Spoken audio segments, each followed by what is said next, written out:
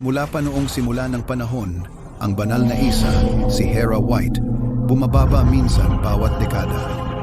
Sa bawat pagkakataong siya ay lumilitaw, lahat ng maimpluwensyang pamilya ay nagsasapanganib ng kanilang buhay para lamang salubungin siya sa kanyang pagbabalik.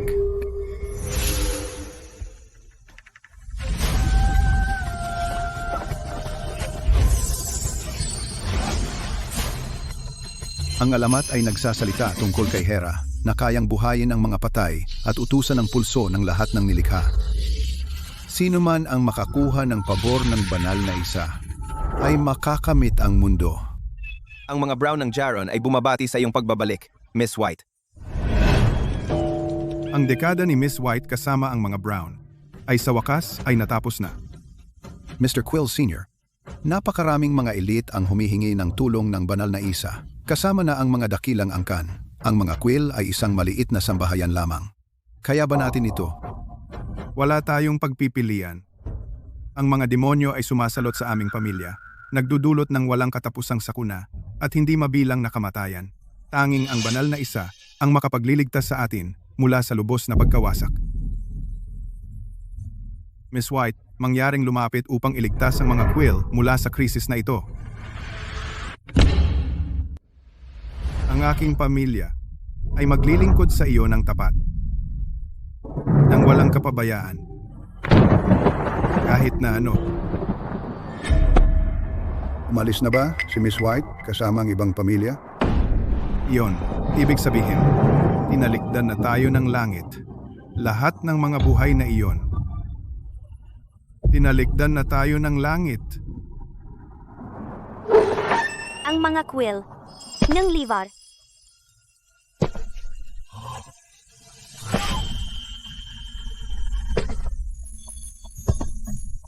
Jim Quill.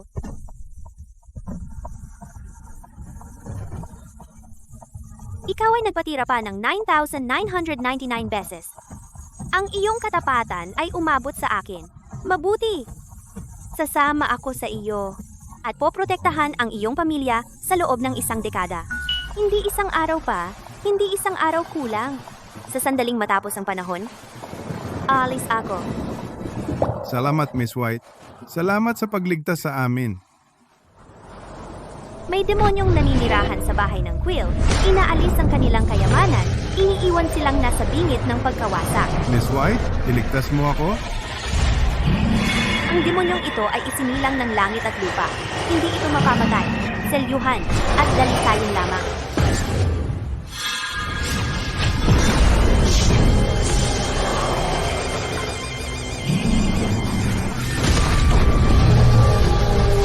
Walang silbi ang paglaban. Seryo.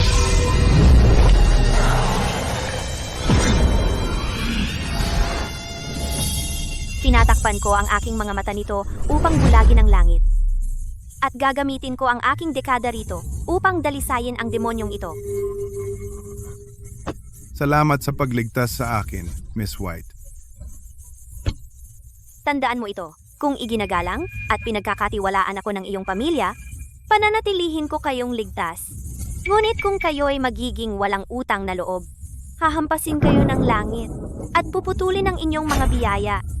Kami ng aking pamilya, hindi kailanman ipagkakanulo ang iyong kabutihan. Kung masyadong maraming tao ang nakakaalam na nandito ako, magkakaroon ng problema. Sa publiko, ipakilala mo ako bilang iyong ampon na anak. Naiintindihan ko. Tinupad ni Jim ang kanyang pangako na huwag akong pabayaan. Pagkatapos ng kanyang kamatayan, isang dekada na ang nakalipas. Ang kanyang panganay na anak, si Enzo Quill, ang nag-aasikaso sa akin. Ang isang bahagi ng kayamanang aking pinakawalan ay nakatulong sa mga Quill. Upang maging mayamang pamilya sila ngayon, sa loob ng 2 araw, matatapos ang aking dekada rito. Ang mabangis na demonyo ay dadalisayin at aalis na ako.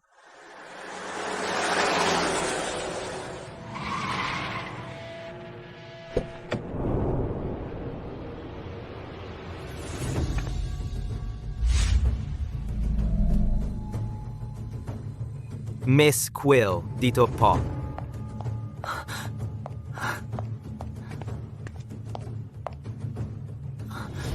Jade, aking mahal na anak, Matapos kang mawala sa amin mga taon na ang nakararaan, sa wakas ay nakita ka namin. Nanay?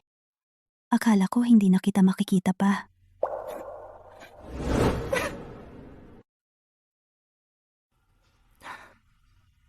Huwag kang mag-alala. Mula ngayon, titiyakin kong hindi ka na magdudusa pa. Enzo.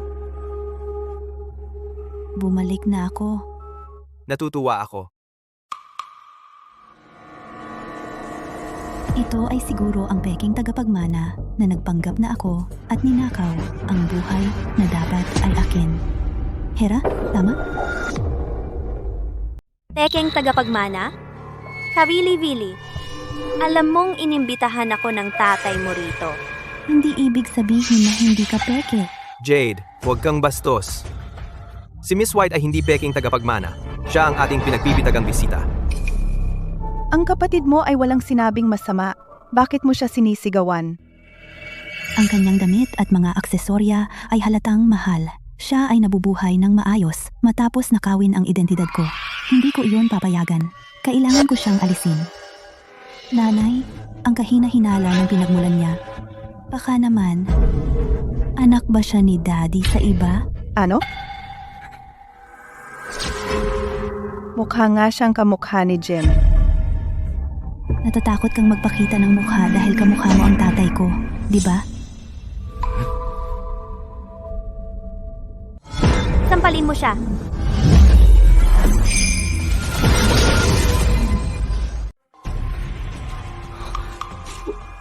Hindi ko sinasadya. Ang kamay ko ay wala sa kontrol. Suot ko lang. Ang belo na ito dahil nakiusap ang tatay mo. Pinahiya mo talaga ang pangalan ng tatay mo para sa sarili mong makasariling hangarin. Ang sampal na iyon ay aral na itinuro ko sa iyo para sa tatay mo. Parasito ka lang ng pamilya ko. Anong karapatan mo para disiplinahin ako sa ngalan ng tatay ko? Tama na. Huwag kang bastos kay Miss White. Enzo? Ako lang ang nag-iisang anak ng pamilyang ito. Nanay? Si Enzo ay tuluyan ng naakit. Kung hindi natin aalisin ang babaeng ito, ang ating pamilya ay mapupunta sa kanyang mga kamay. Hera, wala kang karapatang disiplinahin ang anak ko. Sabihin mo sa akin ang totoo. Ano ang relasyon mo kay Jim? Ang bobobo. Nanay, si Miss White ang tagapagligtas ng pamilya natin. Ibinigay ni Itay ang buhay niya para sa yaman na ito. Tama siya. Muntik na akong mamatay sa sakit. Pero gumaling ako pagkatapos siyang makita. Pero hindi ibig sabihin nito na kaya niyang magmalaki ng ganito. Si Jim ay laging sumusipsip sa kanya. Kahit hindi siya anak sa labas, siguro may iba siyang motibo sa kanya. Ang pamilya Quill ay umunlad dahil sa sipag mo. Anong kinalaman niya? Enzo, nagsisinungaling ka para lang pumanig sa kanya. Sino ba talaga ang tunay na anak dito? Ang yaman na ipinaglaban ni Jim ay masisira dahil sa isang anak na katulad mo. Kalokohan! Tinitiis kita para kay Jim. Ngunit heto ka, sinisiraan mo siya. Umalis ka na. Hindi ka welcome sa pamilya namin. Kaya ko yan. Basta kaya mong harapin ang mga kahihinatnan. Hanggat kaya mong tiisin ang mga kahihinatnan ng pag-alis ko. Anong mga kahihinatnan? Kahit na ikaw ang aming tagapagligtas, sapat na ang dekadang ito upang gumanti sa iyo. Enzo, palayasin mo siya dito. Nanay, magkakaproblema tayo diyan. Tandaan mo ang sinabi ni tatay bago siya pumanaw? Paglingkuran ng mabuti si Miss White. Siya ang susi sa tagumpay at pagbagsak ng ating pamilya. Jade, kalimutan mo na. Huwag kang bumaba sa kanyang antas. Paano kung ipakita ko sa iyo ang iyong silid tulugan? Nilagyan ko ito ng maraming puso. Sia, ikaw lang ang tao dito na mabait sa akin. Gagawin ko ang sasabihin mo. Oh, aking mahal. Ang bait-bait mo. Tara na. Oras na para magpahinga ako.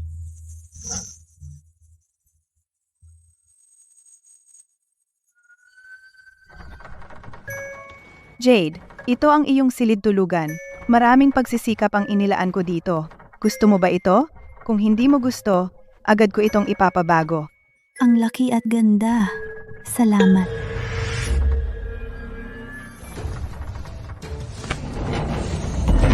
Ang silid na ito ay mas malaki at mas marangya kaysa sa akin. Umalis ka!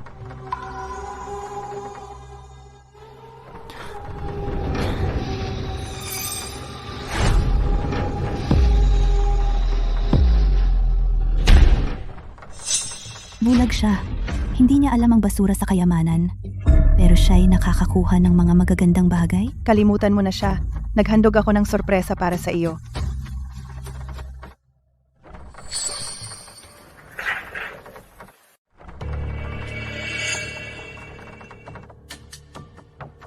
Ang gaganda nila. Bukas ang welcome party. Lahat ng mga elite ng lungsod ay narito upang makita ka. Pagdating ng oras, magsuot ka ng iyong pinakamaganda at ipakita mo sa kanila ang tindig ng tagapagmana ng pamilya Quill.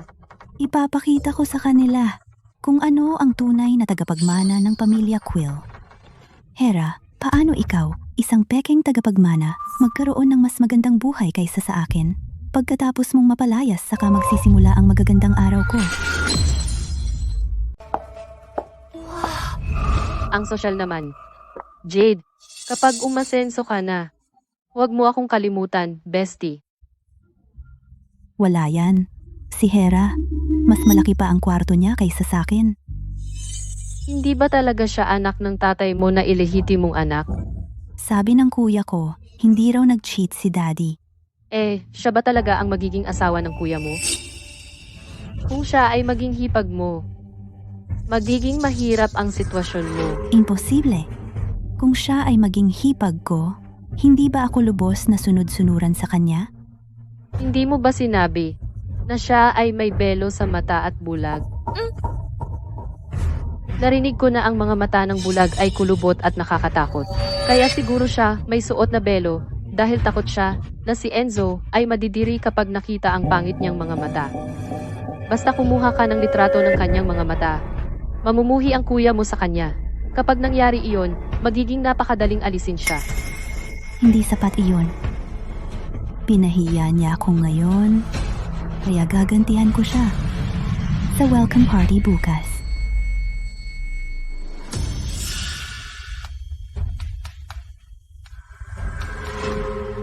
Ito ay croton powder na may pinakamalakas na epekto ng laxative. Magtae ka sa party pagkatapos mong inumin ito at makikita ng lahat ang iyong kahihiyan. Tingnan natin kung si Enzo magugustuhan ka pa rin.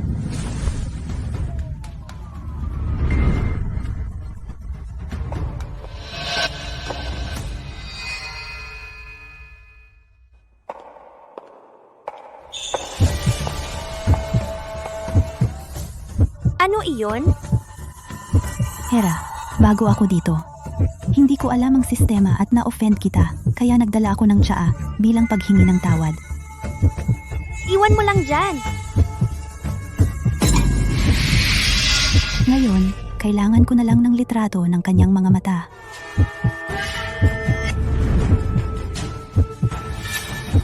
Mukhang bulag nga siya. Tatanggalin ko na ang belo mo ngayon para makita ni Enzo kung gaano kakasindak ang mga mata mo.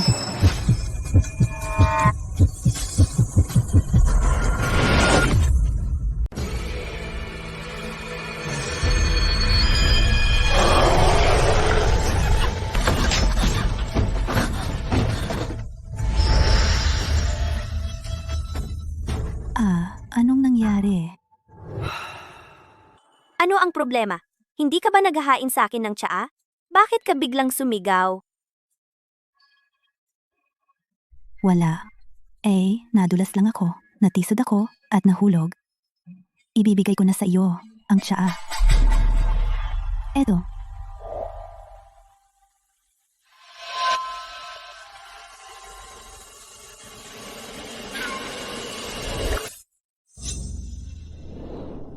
Hindi ka ba iinom? Siyempre, kukunin ko ang tasa ko. Alam ko nang mag-iingat ka. Ang tsaa ko ay walang laxative.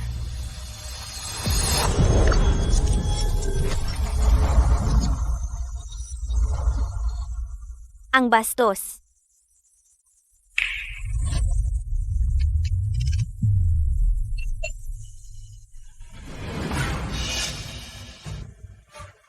Hera, iyan ang tiyan mo. Lente, hindi ko nakuha ang pangit niyang mga mata, pero okay lang. Ininom na niya ang tsaa. At masasaktan siya mamaya. Tingnan natin kung mapapaalis ka kapag nadumihan ka sa party. May iba pa ba? Wala, aalis na ako. Kakaiba, bakit wala siyang reaksyon? Diyos, ang tiyan ko.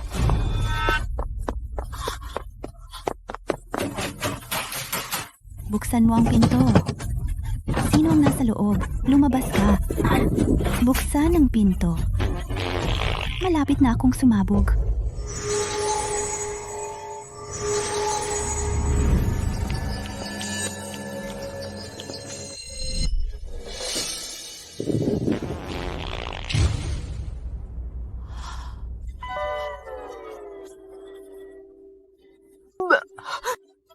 Ano ang amoy na iyan? Hera White, puta ka?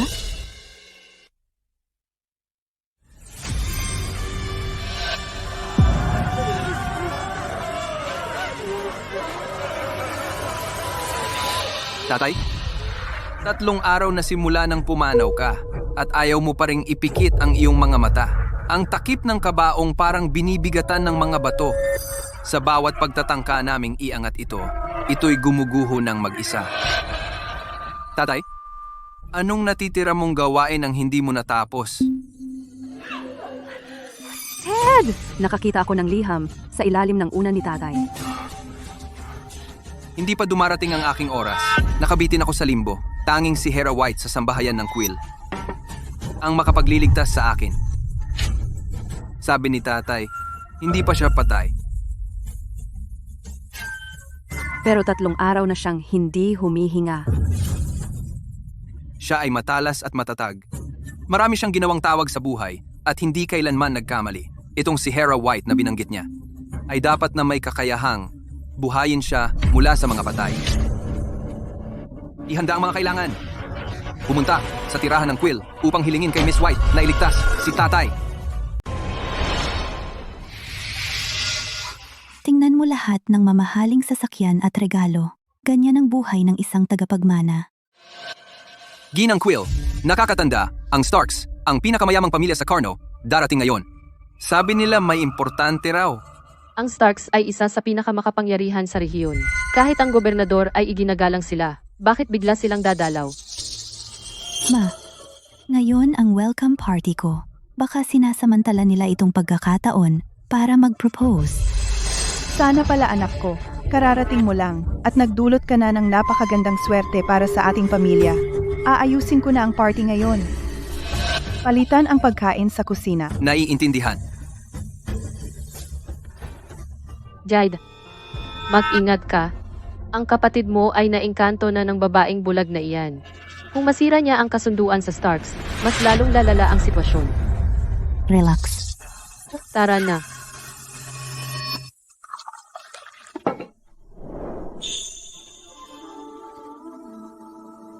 Enzo, nagkamali ako kay Hera kahapon.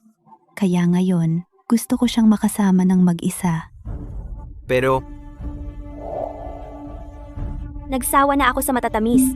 Kunin mo ako ng maasim. naiintindihan. Gagawin ko na ngayon. Wala na siya. Pwede ka nang tumigil sa pag-arte. Hera, talagang napagtanto ko ang pagkakamali ko. Magsisimula na ang party. Hayaan mo akong tulungan ka sa loob.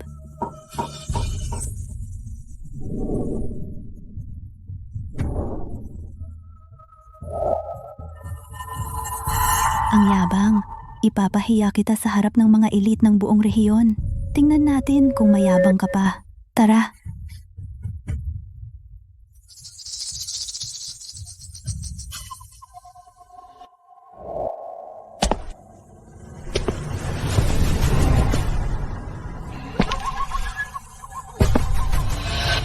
Bagsak.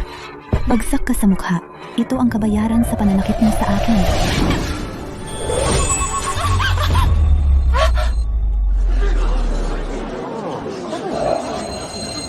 Jade, madulas ang sahig. Mag-ingat ka sa paglakad sa susunod.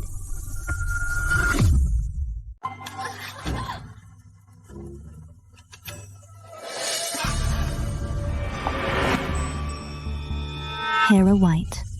Iwan mo na ang bahay ng Quill kung matalino ka.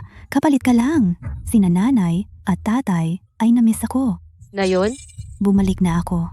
Paano ka pa makakapagpanggap na kabilang ka sa amin? Hindi pa tapos ang oras. Kapag tapos na, alis ako. Buti na lang matalino ka. Makinig ka. Ang Starks ng Carno ay magpo-propose kay Jade ngayon na may maraming regalo, isang peke, na tulad mo hindi makakakuha ng ganyang trato. Ano ba sa kanya ang nagustuhan ng Starks para pakasalan siya? Well, maganda at matalino ako mula pa noong isilang. At ang kakayahan ko sa negosyo ay humanga sa kanila. Kaya, nila ito ginagawa. Pangit ang mukha mo, pero magaganda ang mga akala mo. Ikaw ang pangit. Pangahas ka, bakit mo ininsulto si Jade, bampang bulag? Ngayon, tatanggalin ko ang belo mo at ipapakita sa lahat kung gaano ka kapangit.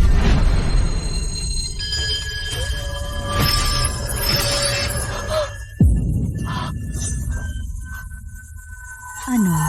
Anong nangyari sa pulseras niya? Miss White, handa na ang inumin mo. Jade, magkasundo ba kayo ni Miss White? Oh. Mabuti. Simula ngayon, gumugol ka ng mas maraming oras sa kanya. Siya ang tagapagligtas ng ating pamilya.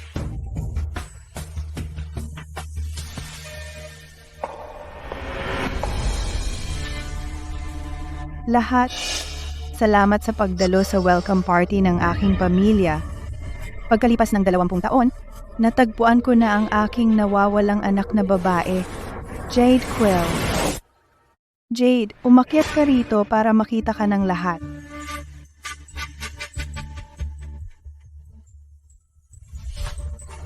Ako, si Jade Quill, ang matagal nang nawawala, anak na may dugo ng pamilya Quill.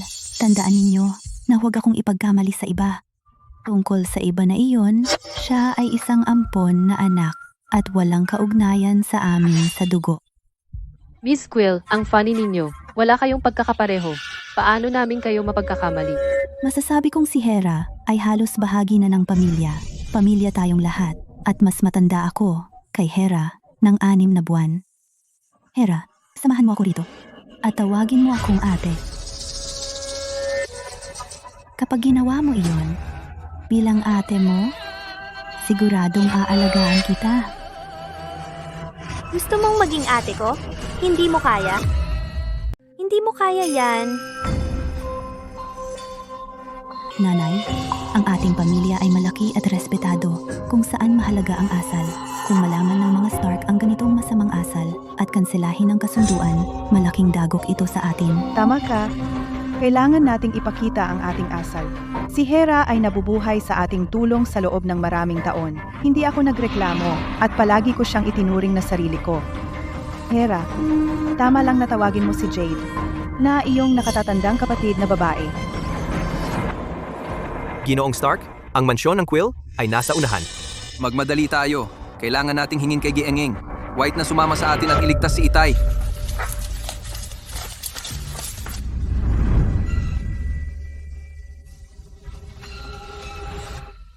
Hera, halika at kilalanin ang iyong kapatid na babae. Nanay, tigilan mo na si Ging. White, bago siya pumanaw, sinabi ni Itay. Alam ko ang sinabi niya. Gusto ko lang siya tawaging kapatid si Jade. Paano ko siya inaapi? Ibinigay namin sa kanya ang pinakamaganda sa lahat. Kaya dapat niya akong sundin, ang matriarka ng pamilya. Ngunit sinabi ni Itay na siya ay ating pinagpipitagang panauhin. Hindi isang ampon na anak. Tinatawag lang namin siya ng ganyan sa publiko. Ano siya kung hindi ampon? O gusto mo bang kumilos ako na parang siya ay akin? Sandali, hindi kailanman ipinaliwanag ni Jim ang pinagmulan ni Hera at mas maganda ang pakikitungo niya sa kanya kaysa kanino man. Pagkamatay ko, paglingkuran ng mabuti si Miss White. Jim, oh Jim, Kaya kong tiisin ang lamig mo sa akin, ngunit dinala mo ang bastardo mo sa ating tahanan. Nanay, tingnan mo ang lahat ng elite na nanonood. Hindi tayo pwedeng mapahiya. Tama ka.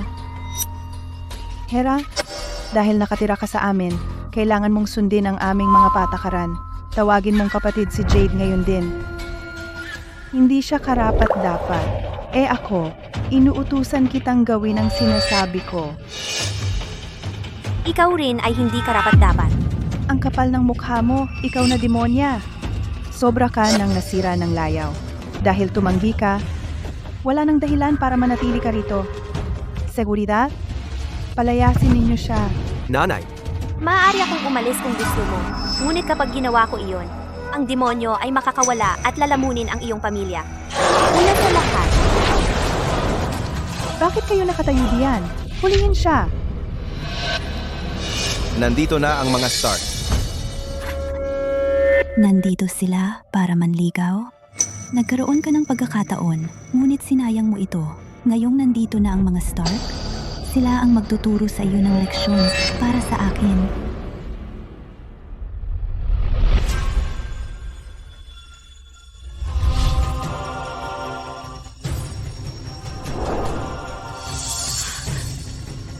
Sino rito si Hera White? bakit mo ako hinahanap? Ako si Ted Stark ng pamilya Stark. Miss White, pumunta po kayo sa Stark Manor kasama ko. Ano?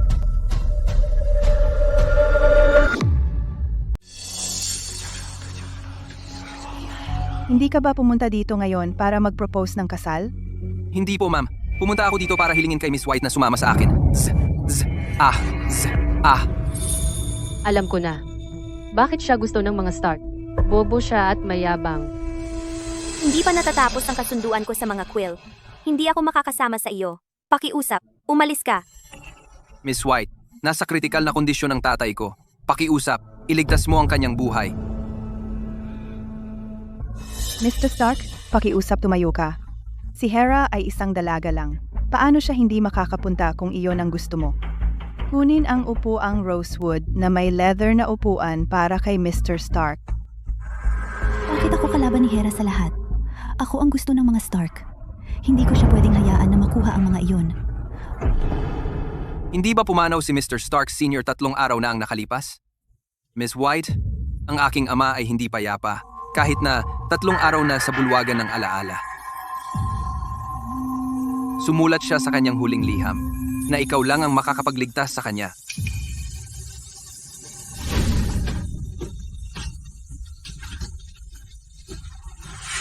Ang mga regalo ay marami, ngunit ang pagnanais na buhayin ang patay ay talagang imposible. Hindi? Posible iyon. Narinig ko kay tatay na si Hera White ang banal, ang nag-uutos ng pulso ng lahat ng nilikha. Sabi nila kaya niyang buhayin ang patay. Anong kalokohan? Paano naging babaeng bata ang banal at isa na nabubuhay sa atin sa loob ng maraming taon? Sabi nila 1 dekada na ang nakalipas, isang pamilya ang nag-uwi ng banal na kasama nila. Tugma ito sa panahon na ang mga Quill ay nag-ampon kay Hera. Bago siya mamatay, araw-araw na nanalangin si tatay sa isang larawan ng banal. Naalala ko.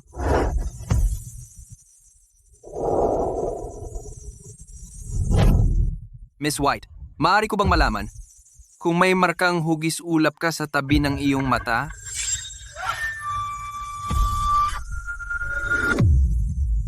Isang markang hugis ulap. Sandali, hindi ba iyong marka ay taglay lamang ng banal? Oo, sabi. Banal na kapangyarihan ang bumubuo ng markang iyon. Simbolo ito na natatangi sa banal. Wala itong banal. Ito ay markang natitira pagkatapos isil ang mga demonyo. Ang yabang. Para kang totoong banal. Jade, tumahimik ka. Ginoong Stark, si Hera ay naging palamunin dito sa loob ng maraming taon. Hindi pa siya nakakilala kay Ginoong Stark Sr. Paano siya makakapagbanggit sa kanya? Maaring peke ang kanyang liham? Ginang Quill Sr., huwag kang magsalita ng walang patunay. Sino ang nagsabing walang patunay? Sabi nila ang banal ay may markang hugis ulap sa tabi ng kanyang mata, di ba? Tanggalin na lang ang kanyang belo para makita at malalaman natin.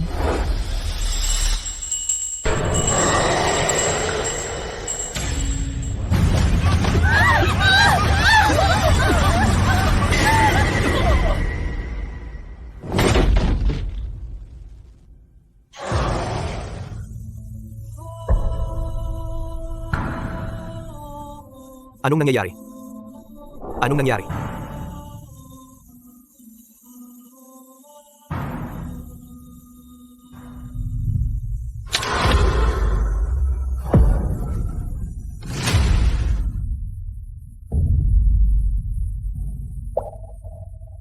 Nag-aalala ka pa rin sa iyong pamilya. Mas gusto mo pang sirain ang iyong plake at kayamanan para pigilan silang magdulot ng gulo. Nakakahiya. Maaaring hindi ito pahalagahan ng mga taong ito. Ipinauwi ka ng tatay ko. Pinalaki kang spoiled. At hinayaan kang mabuhay sa buhay ko sa loob ng 1 dekada. At ano ang ginawa mo?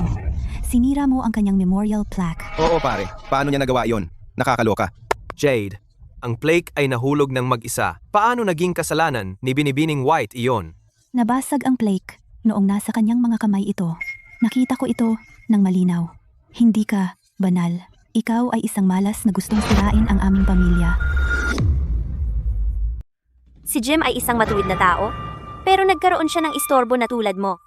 Mukhang kailangan kitang disiplinahin para sa kanya. Nanay, paano maglakas loob ka? Walang hiya kang bastardo. Subukan mong disiplinahin ang anak ko. Ako ang magtuturo sa iyo ng leksyon ngayon.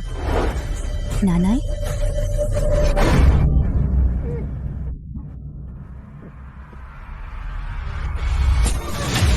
Nanay?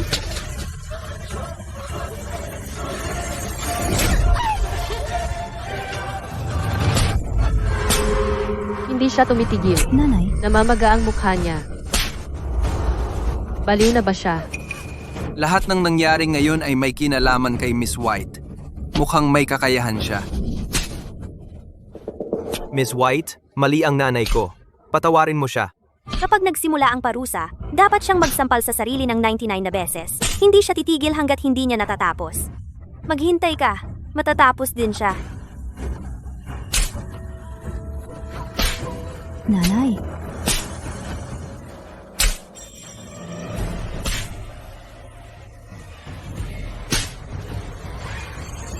Nanay? Hindi siya nagbibiro. Talagang may 99 na sampal. Nanay, bakit mo pinapahirapan ang sarili mo?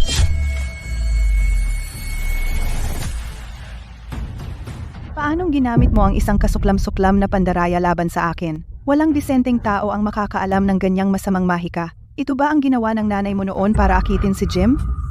Nanay, kung ikaw ang banal, gagamit ka ba ng ganyang mahika para saktan ng iba? Sinabi ko sa iyong umalis ka.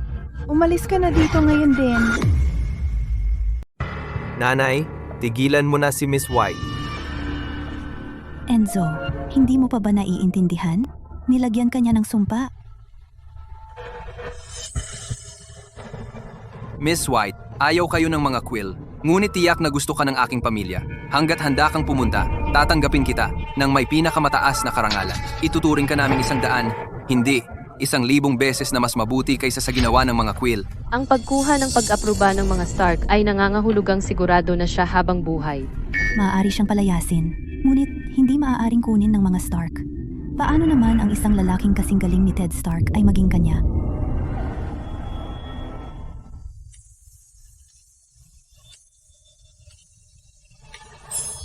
Ang aking pangako sa mga quill ay matutupad sa loob ng kalahating oras.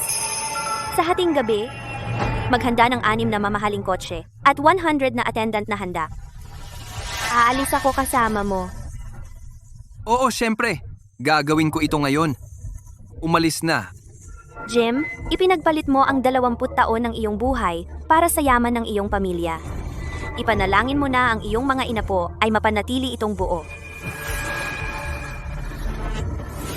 Mr. Stark, hindi mo nga alam kung si Hera ay may kakayahan sa anuman.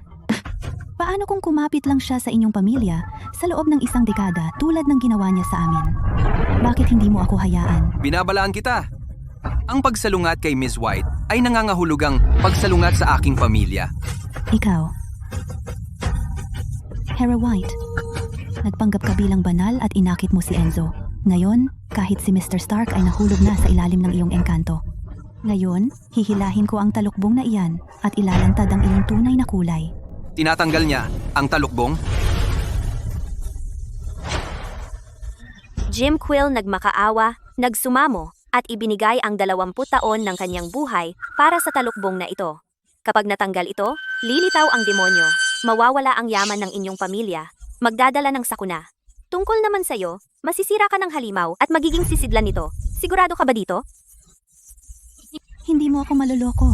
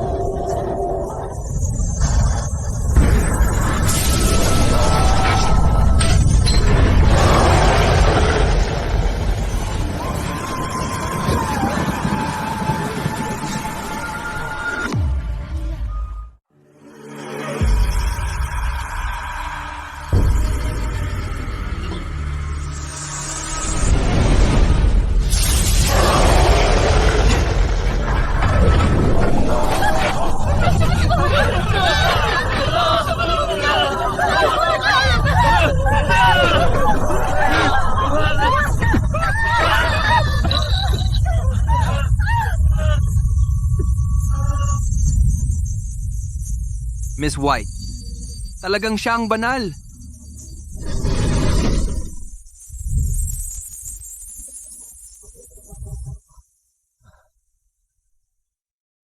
Mas maliwanag pa ang mga mata niya kaysa sa mga bituin at mga hiyas.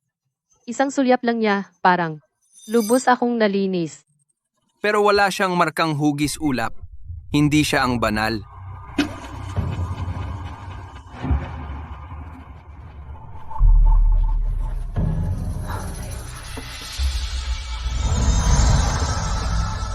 Alam ko na hindi ka ang banal. Sabihin mo sa amin kung bakit mo ginaya ang banal. Ano ang motibo mo? Kung ako man ang banal o hindi, hindi sa iyo ang desisyon. Nagpapatuloy ka pa rin sa pagpapanggap na ito?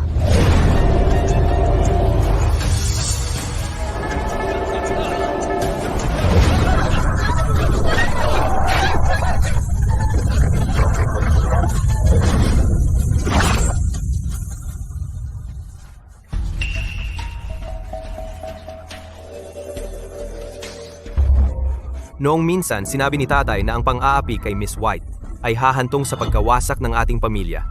Jade, humingi ka ng tawad kay Miss White ngayon. Bakit ako? Hindi ako hihingi ng tawad sa isang malas. Ikaw? Huli na para humingi ng tawad. Ang selyo ng demonyo ay nasira. Ang kapalaran ng pamilya Quill ay bumababa. At ang mga miyembro nito ay malapit ng mamatay. Ang yabang mo pa rin.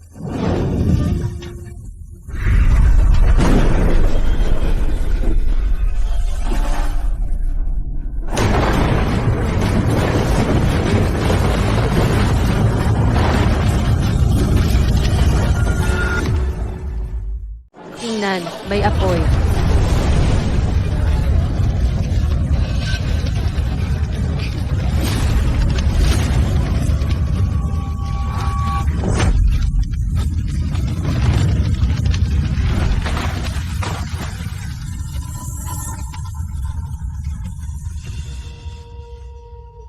Nanay, nasira ang altar natin para sa mga ninuno.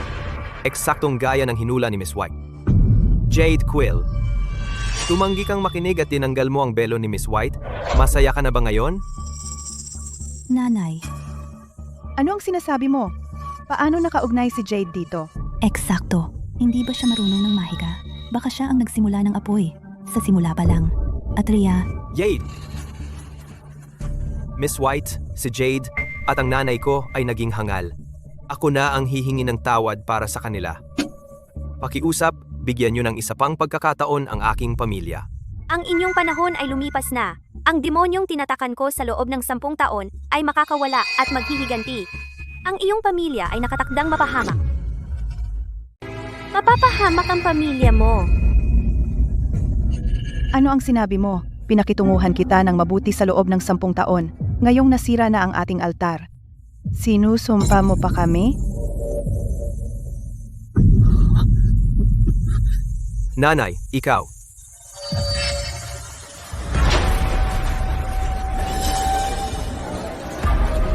Nanay,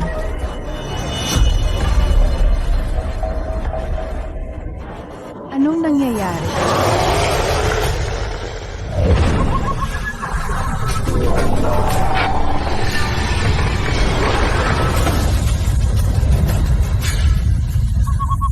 Dumating na ito. sino ang dumating? Bakit ka pa nagsasalita ng walang katuturan? Jade, ang iyong tiyan. Tingnan mo. Nanay, Tingnan mo siya. Ang tiyan ni Jade. Bakit mukhang buntis siya? Nanaginip ba ako? Hindi ka nag-iilusyon.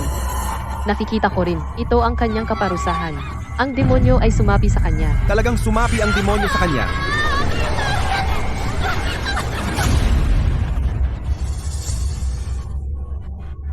Jade, huwag kang mag-alala. Makakahanap ako ng paraan para iligtas ka. Ito ang paghihiganti ng demonyo. Magsisimula ito sa pinakaapi sa pamilya. Pinigilan ko ang demonyo sa loob ng 10 taon. Ngayon, siguradong babalik ito ng may paghihiganti. Sa loob ng 3 araw, lahat ng pamilya Quill ay mamamatay. Hindi. Paano nangyari iyon? Jade.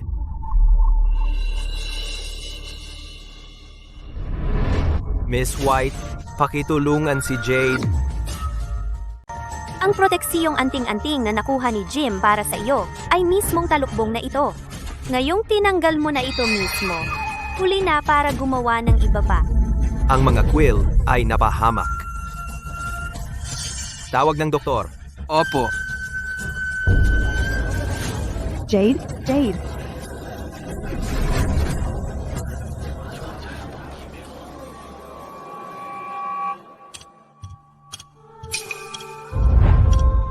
Miss White, hating gabi na. Inihanda ko na ang mga sasakyan at mga attendant ayon sa iyong mga tagubilin. Ngayon, magalang akong humihiling na sumama ka sa akin sa Stark Manor.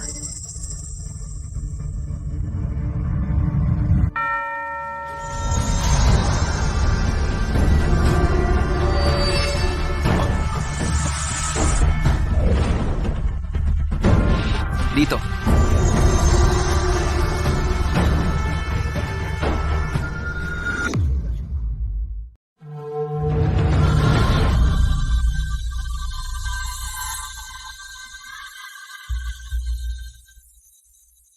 Pwede akong sumama sa iyo, pero may 3 akong kondisyon.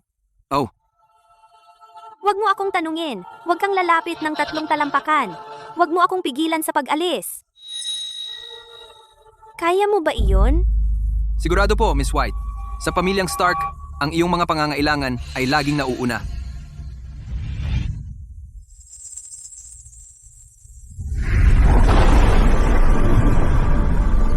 Ang mga merito na naipon ni Jim sa loob ng mga dekada ay nabawasan na lang sa wala.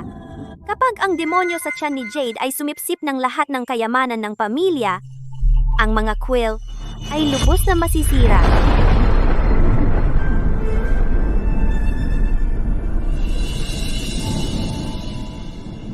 Pagkatapos ng insidenteng ito, hindi na ako babalik. Ang pagkamatay ng mga Quill ay sumusunod sa agos ng kapalaran. Miss White, nauna kayo.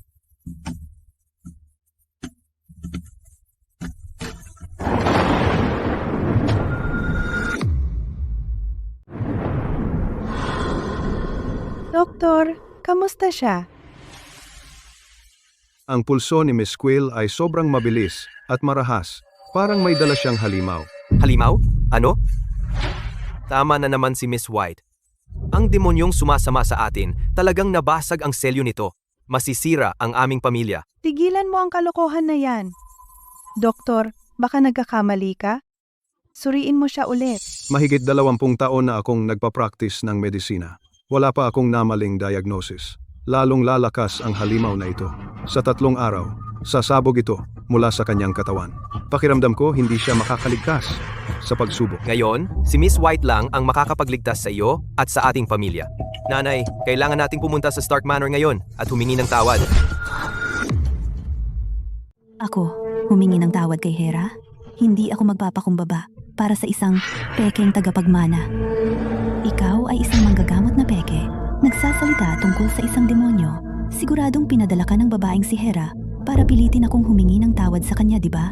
Makinig ka nga, hindi ito mangyayari, nanay. Iniwan mo ako ng mahigit 10 taon. Nag-iwan sa akin ng gutom at tinaw doon.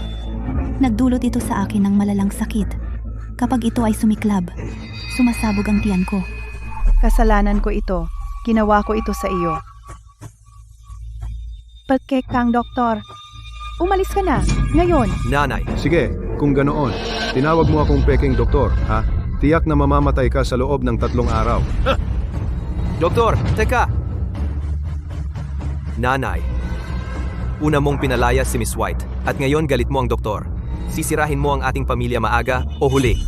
Ano ang problema? Ang pamilya natin ay maraming pera para sa pagpapagamot ni Jade. Kapag wala na si Hera, ang swerte natin ay babalik agad. Ginang, Ginoo may problema. Gumuho ang Memorial Hall. Ano? Bakit bigla itong bumagsak? Habang naglilinis ang mga katulong, biglang pumutok ang mga plake. Nakaramdam sila na may mali at tumakbo sila para humingi ng tulong. Pero nang makalabas sila, gumuho ang Memorial Hall. At saka, ang mga kasambahay ay nagsisimula ng mahimatay ng sunod-sunod.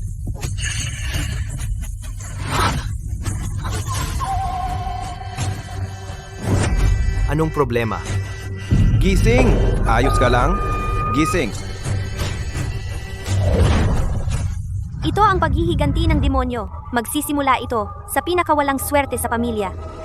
Pinigilan ko ang demonyo sa loob ng 10 taon. Ngayon, tiyak na babalik ito ng may paghihiganti. Sa loob ng 3 araw, lahat ng pamilya Quill ay mamamatay. Nanay, ang tiyan ko. Ang sakit talaga. Parang may kumakain sa laman ko. Jade.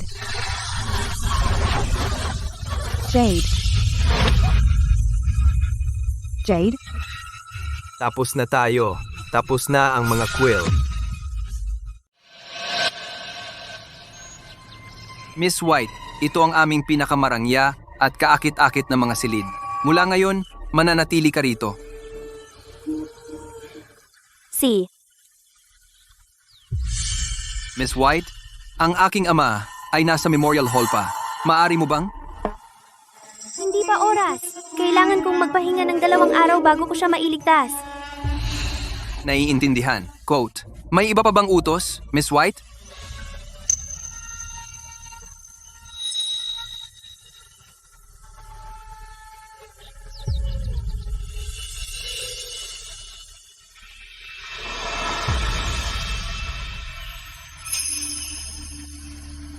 Araw-araw, punuin ang tsarera na ito ng hamog na nakolekta sa madaling araw. Hanapin ang ubod ng puno na 3 beses na tinamaan ng kidlat upang gamitin bilang insenso. Panghuli, kunin mo sa akin ang 100 taong gulang na inkstone para sa aking pagsusulat. Ang mga ito ay tila simple, ngunit mahirap hanapin. Siyempre, lahat ng iyong kahilingan ay matutupad. Kayo dalawa, paglingkuran ninyo ng mabuti si Miss White. Huwag magpabaya. Opo.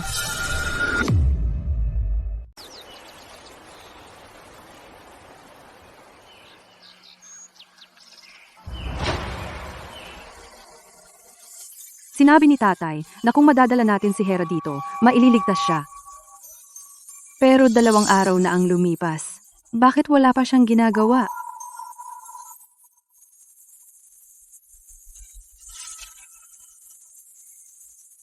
Miss White, matagal ka nang nandito. Hindi mo ba dapat gamutin ang tatay ko?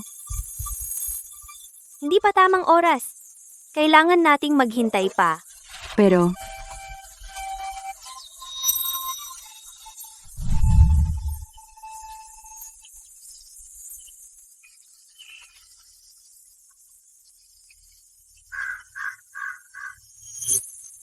Ikaw ang kapatid ni Ted, di ba?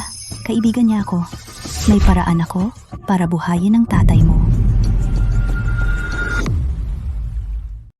Ako si Jade Quill, ang matagal nang nawawalang tunay na tagapagmana ng pamilyang Quill. 2 araw lang ang nakalipas, binisita ako ng iyong kapatid sa aking bahay. wala akong pakialam kung sino ka. Totoo ba ang sinabi mong kaya mong iligtas ang tatay ko? Siyempre,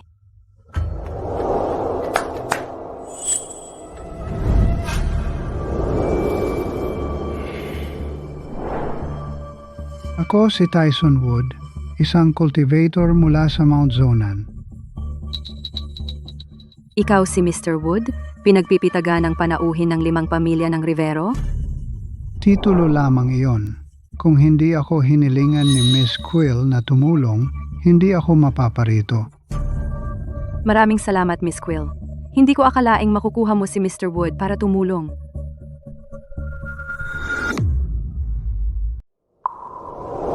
Mr. Wood, pakisagip ako. Pakiusap. Nagmamakaawa ako sa iyo.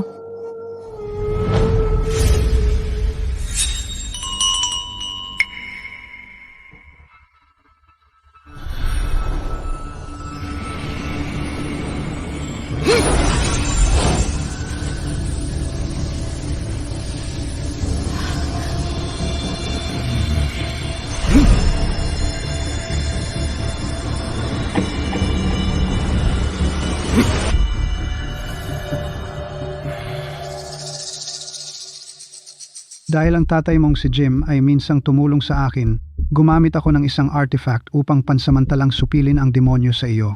Mula ngayon, kailangan mong mag-ipon ng magandang karma upang baguhin ang iyong kapalaran. Nalamunin ng demonyo.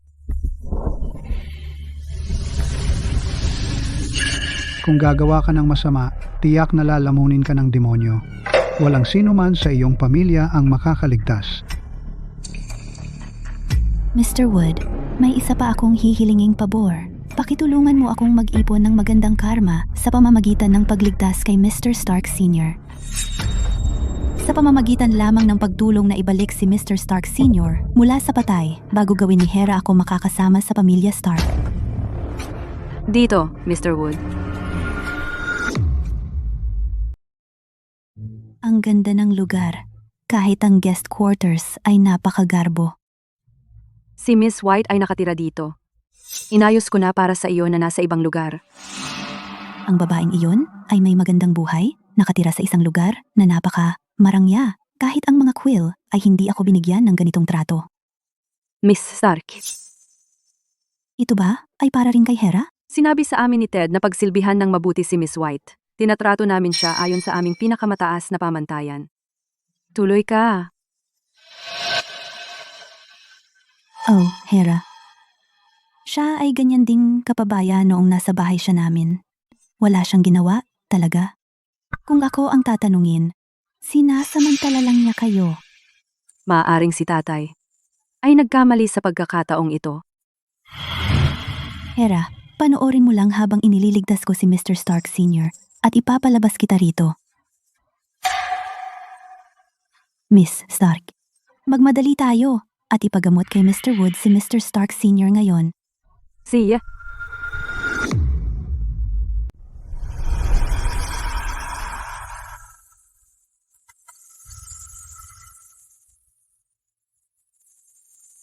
G. Wood, ito ang tatay ko. Pakiusap, gamutin mo siya.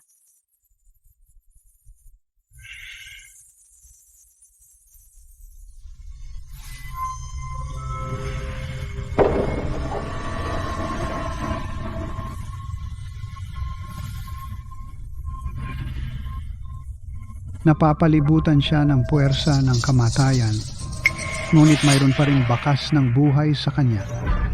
Kaya siya natigil sa limbo at hindi makausad. Dapat itong naasikaso na dati pa. Bakit naantala? Bueno. Sinabi ng tatay ko na humingi ng tulong kay Miss White at siya raw ang makakapaggamot sa kanya. Pero 2 araw na simula nang dumating siya at palagi niyang sinasabi na hindi pa tamang oras. Hindi namin siya nagawang pilitin. Miss Stark, nagsisinungaling siya sa iyo. Sumipsip siya sa pamilya ko sa loob ng 10 taon at wala siyang nagawa. Ngayon, kumapit na siya sa pamilya mo dahil bumagsak kami. Hindi tamang oras. Ewan ko sa'yo. Sigurado ako na wala siyang magawa. Ano? Marami ang may kakayahan sa mundong ito, ngunit marami rin ang sinungaling. Sigurado ako na gumamit si Hera ng mga daya para lokohin si Mr. Stark Sr. Kaya naman niya siyang inimbita rito. Mr. Wood, tulungan ninyo po ang aking ama. Sige, hayaan ninyong iturok ko ito.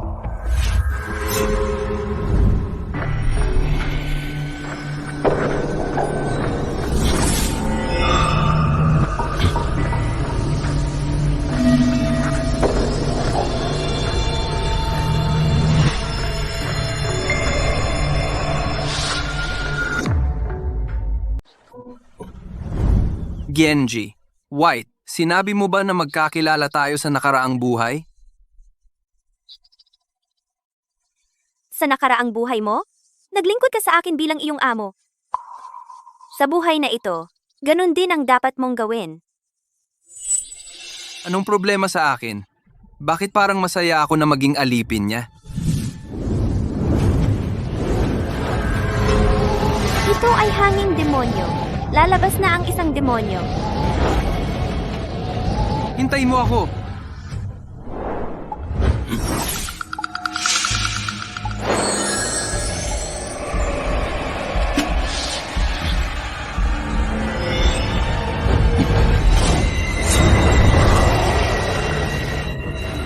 Anong problema sa kanya?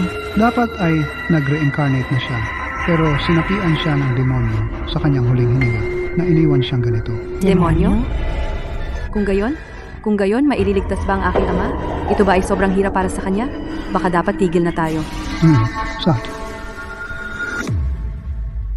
Miss Stark, kung ang demonyo ay hindi na-exorcise sa tamang oras, ang iyong ama ay mananatili sa ganitong kalagayan at lalo pang pahihirapan. Oo, Miss Stark. O gusto mo bang sirain ng demonyo ang reputasyon ng iyong ama? Para bang pakialam ko kung naghihirap ang matandang iyon. Basta't malutas ko ito, magkakaroon ako ng pabor ng pamilya Stark. Pagkatapos, napakadali nang tanggalin si Hera.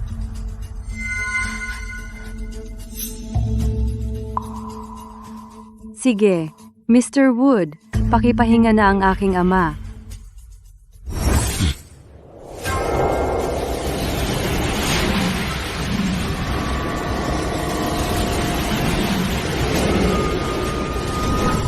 Tigil.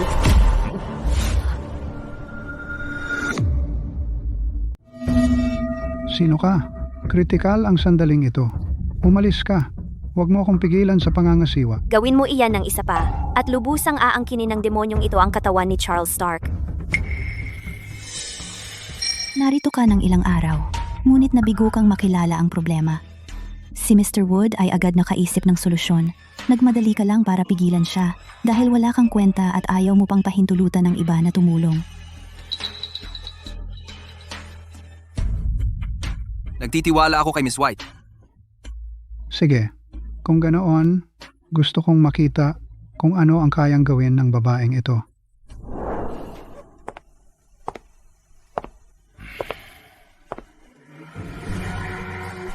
Ang demonyong ito ay tinatawag na Gale Spine.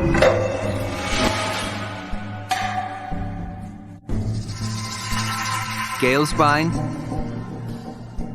Ang mababang demonyong ito ay mahina at kumikilos lamang ayon sa instinct. Sinasakop nito ang mga katawan ng mga naghihingalo at sinasamantala ang pagkakataong muling ipanganak. Ito ay may pagkakataong maipanganak muli. Ibig sabihin, kung nasa katawan ito ng aking ama, hindi siya makapagkatawang tao muli at magiging isang nag-iisang espiritu na gumagala sa lupa? Miss Stark, huwag mo akong paniwalaan. Tiyak na nagsisinungaling siya sa iyo para magmukhang mabuti siya. Naalala ko na ngayon. Si tatay dati ay naghanap ng mga halamang gamot sa isang gubat. Noong mga oras na iyon, sinabi ng isa sa mga taga-nayon na may isang demonyong sumasapi sa katawan sa gubat. Sa pagbabalik tanaw, iyon ay tiyak na si Gale Spine. Paano nangyari iyon? Tiyak na nagsisinungaling siya. Hindi naman siya mukhang ganoon katanda. Paano niya alam ang mga lihim na iyon?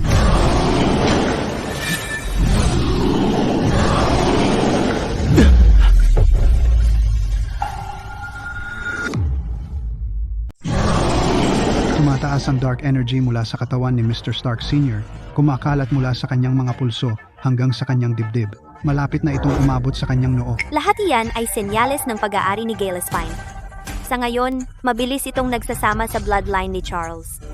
Kapag naubos na siya ng dark energy, makokontrol na ni Gale Spine ang katawan na ito.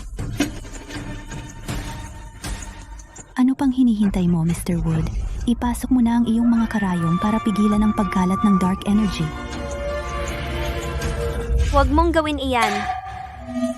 Mapapabilis lang nito ang pagsasama na magpapadali para sa demonyo na nakawin ang katawan ni Charles. Pinipigilan mo kami lagi na iligtas si Mr. Stark Sr. dahil gusto mong ikaw lang ang makakuha ng papuri. Tama ba? Miss Stark, handa ka pa bang magtiwala sa isang taong makasarili tulad niya? Lubos ang tiwala ko at ng aking pamilya sa kakayahan ni Miss White. Ted, kung si Miss White ay talagang kaya, bakit hindi pa siya kumikilos? Dahil, Una, hindi pa oras. Pangalawa, isang mababang demonyo tulad nito ay hindi tunay na banta. Huwag mo siyang pansinin. Mr. Wood, magpatuloy ka. Kung gagawin mo iyan, ang kanyang kaluluwa ay mawawala. Kahit ngayon, patuloy ka pa rin sa pag-arte. Sino ba ang nakakaalam kung talagang may mga demonyo sa mundong ito? Ano ang tawag diyan? Gale Spine? O kung ano? Ang demonyong sumasapi kay G. Stark Sr. ay talagang si Gale Spine. Ang kanyang kalagayan ay tumutugma sa sinabi mo, gayunpaman. Paano mo alam ang mga sikretong ito samantalang napakabata mo?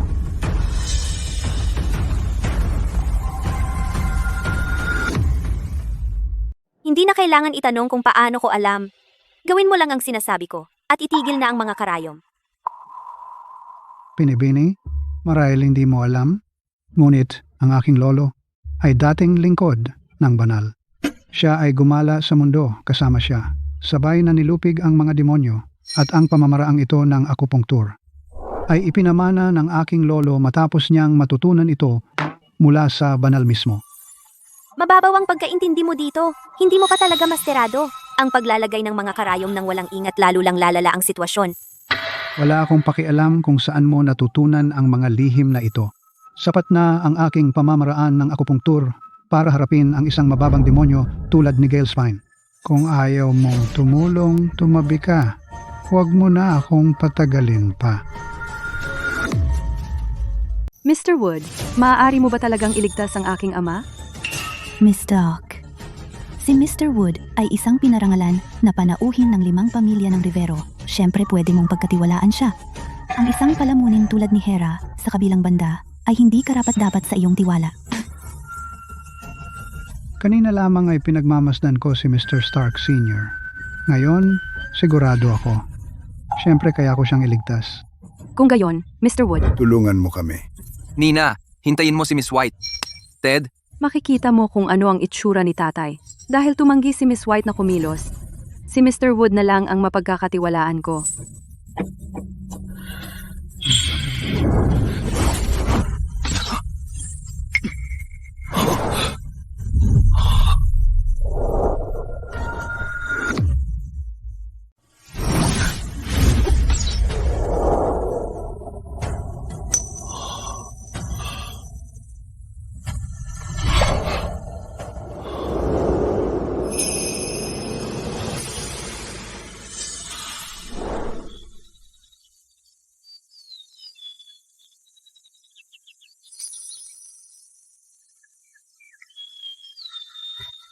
Lolo, tingnan mo.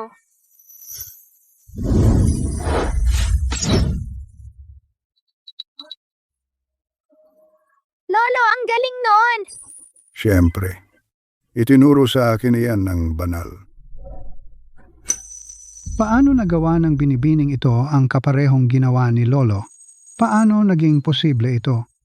Puta ka, ano yon? Isang bagay ang paggulo mo sa bahay ko. Ngayon, ginagawa mo na ang daya mo kasama ang mga Stark? Manahimik ka! Si Miss White ay respetadong bisita ng pamilya namin. Sapat naman siyang mabait para tiisin ka, pero hindi kita hahayaang maging bastos sa kanya. Ang bulag mo talaga. Ang ginawa ko lang ay insultuhin ng kaunti si Hera at biglang nagbago ang kapalaran ng pamilya namin. Ngayon, pinipigilan niya si Mr. Wood na talunin ang demonyo. Ito ay para tulungan ang demonyo na sakupin ang katawan ni Mr. Stark Sr., hindi ba? Ano? Huwag kang mangahas, nasiraan siya. Siraan? Dahil marami siyang alam na sikreto at napakakaya, bakit hindi niya tulungan si Mr. Stark Sr.? Kung ako tatanungin, ikaw ang kasabwat ng demonyo?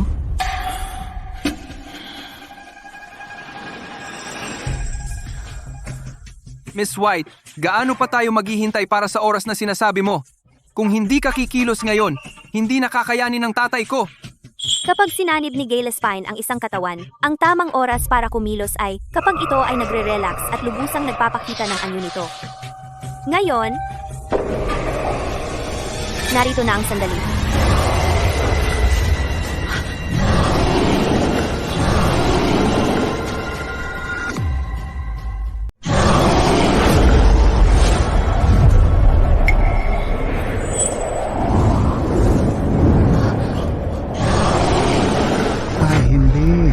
Nakuha na nito ang kontrol sa katawan ni Mr. Stark Sr.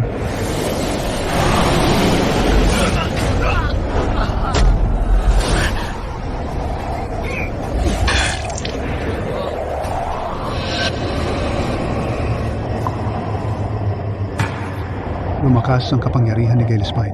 Kahit ako, wala akong magawa ngayon. Maliban kung kikilos ang maalamat na banal, lahat tayo mamamatay dito ngayon. Hindi ba dapat ikaw ay malakas? Bakit napakawalang silbi mo? At ikaw, bakit hindi mo sinabi na ang tatay mo ay demonyo? Pinasapanganib mo ang buhay ko ng walang kabuluhan? Miss White, ano ang gagawin natin?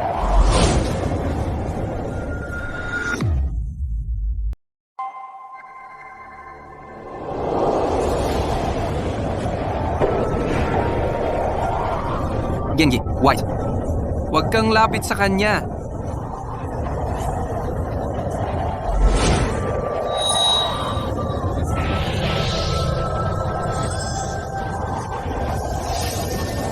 Gi, White. Para na siyang patay. Mabuti. Hindi ko na kailangan bumaba mag-isa. Dumating na ang oras. Maghiwa-hiwalay.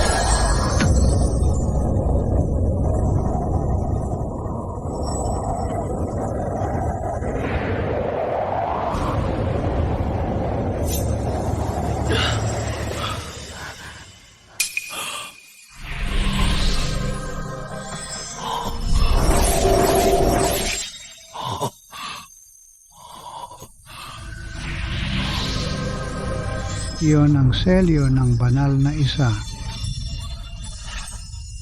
Talaga bang?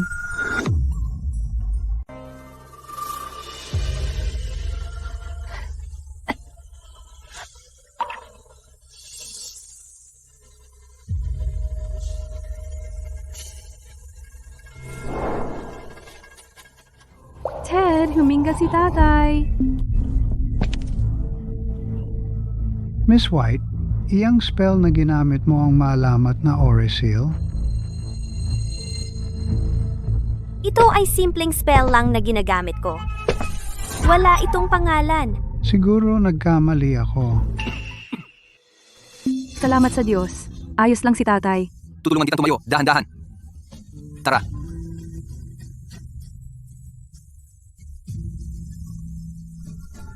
Charles Stark. Paano mo nalaman na kasama ako ng mga Quill? Hera, ang bastos mo naman. Si Mr. Stark Sr. ay 70 na at may mataas na katayuan. Paano mo siya natawagan sa pangalan niya? Sino ka ba?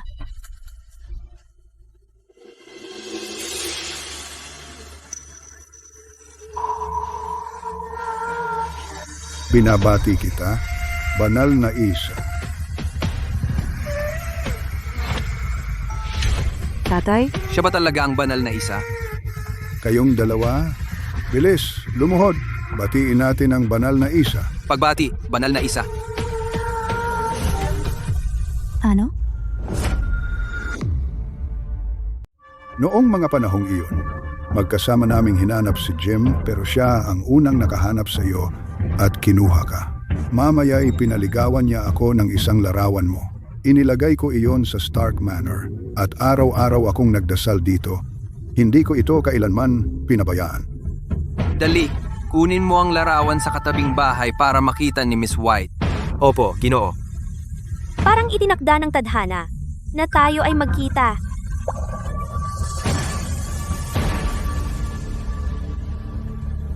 Ito ang larawan na iningatan namin sa loob ng 10 taon. Miss White, pakitingnan po.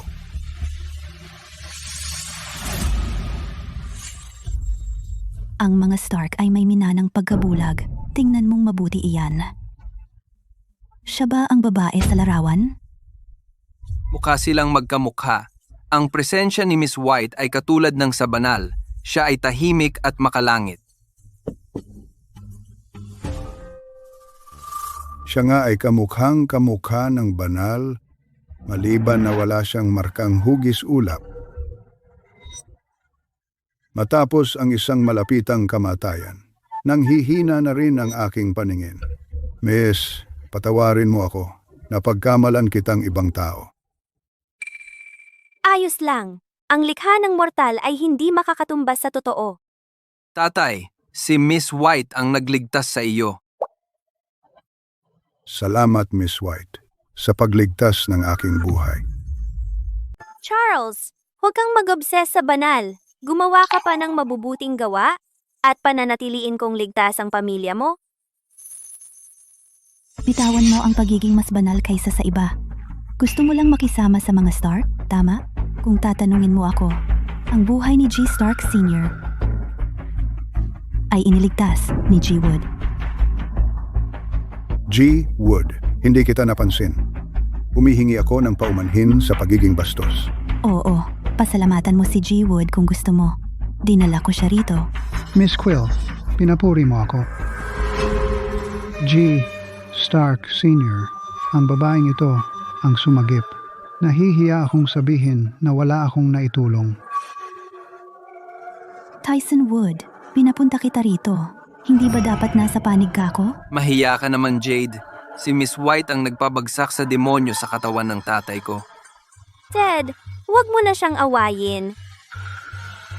Ikaw, kayo dalawa. Tama na. G. Wood, ginawa mo naman ang lahat para tumulong. At Miss White, iniligtas mo ang buhay ko. Paano kung ganito? Inaanyayahan ko kayong dalawa na manatili at dumalo sa ating dasal bukas.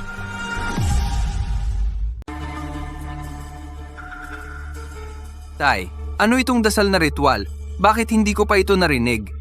Isang pinagsamang ritual ito ginaganap ng lahat ng mayayamang pamilya sa Rivero. Ito ay para manalangin sa banal, para sa kapayapaan at kaunlaran ng lahat. Bata ka pa noon, kaya hindi mo ito alam.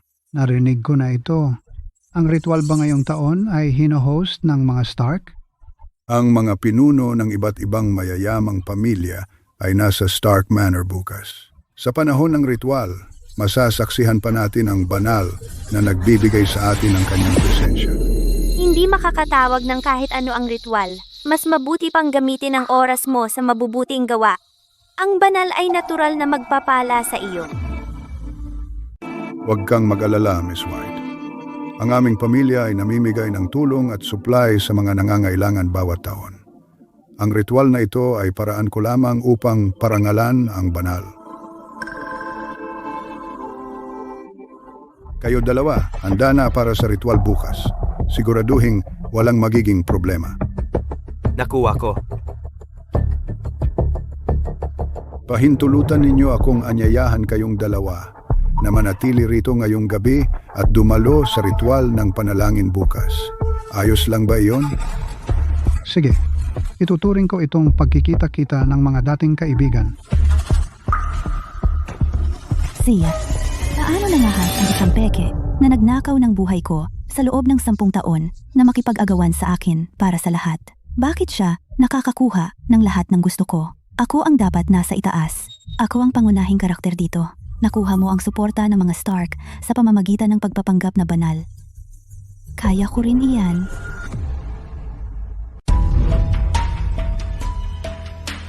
Nagtataka ako kung saan nakuha ni Charles ang larawang ito ng banal. Mukha itong buhay. Ano bang mahalaga sa isang larawan? Narinig ko nagkasakit siya ng kakaiba at napapunta niya ang banal para gamutin siya.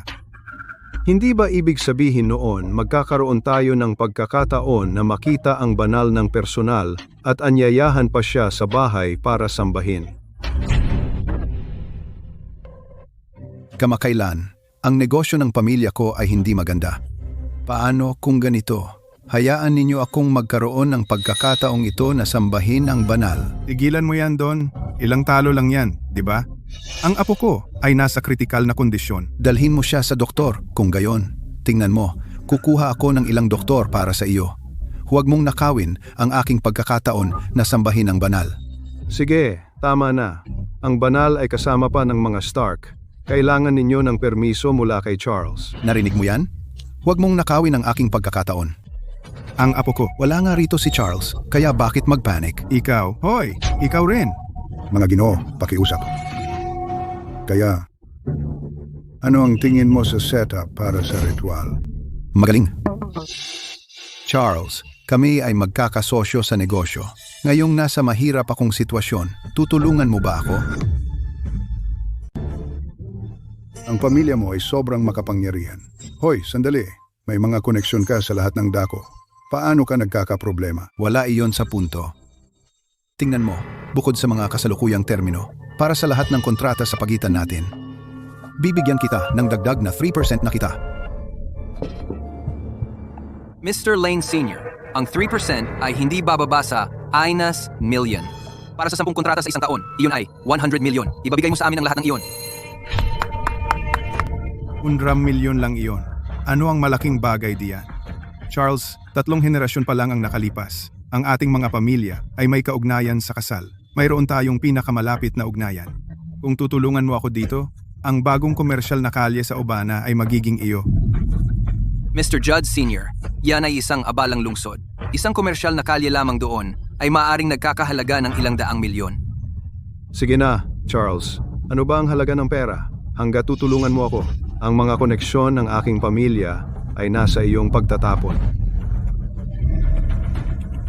Ang mga Dirks ay may malalim na ugat at impluensya. Kung makakasama natin sila, ang mga bagay ay magiging mas madali sa bandang huli. Pero ano ba talaga? Ang gusto ninyong lahat mula sa akin? Para sa banal, upang tulungan ang mga Lane. Hindi, ang mga Judds. Ang mga Dirks. Ang mga Lane? Hindi, ang mga Dirks. Mali kayong 3. Ano? Charles, ginagawa mo ang ritual na ito para sa banal. Pero hindi mo siya inanyayahan dito para manood? Oo, Charles. Narinig ko na iniuwi mo siya para iligtas ka. Narito na ang banal.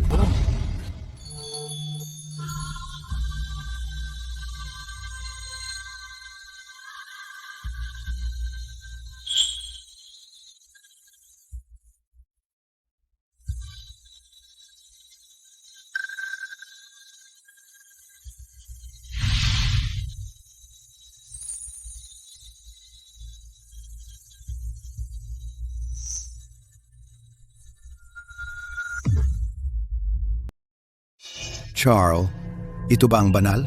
Hindi man lang ako naglakas loob na tumingin sa kanyang mga mata. Charles, 10 taon na ang larawang ito. 10 taon na ang lumipas. Ngunit hindi siya tumanda kahit isang araw at mas mukha pa siyang bata ngayon. Hindi namin natagpuan ang banal, ngunit ako ay gumaling nga ni Miss White dito. Ikaw, hindi mo ba sinasabi na ang iyong sakit ay magagamot lamang ng banal? Well, malaki rin ang naitulong ni Mr. Wood. Mr. Wood, hindi namin inaasahan na narito ka rin sa ritual na ito ng panalangin. Talagang karangalan na makita ka. Nakakahiya naman. Nawala ang banal dito mismo. Maaari lamang tayong manalangin sa isang larawan. Basta't gumawa ka ng mabuting gawa at mag-ipon ng magandang karma, ang tadhana ay kakampi mo. Hindi mahalaga kung ang banal ay narito o wala. Sino ang nagsabing wala siya rito?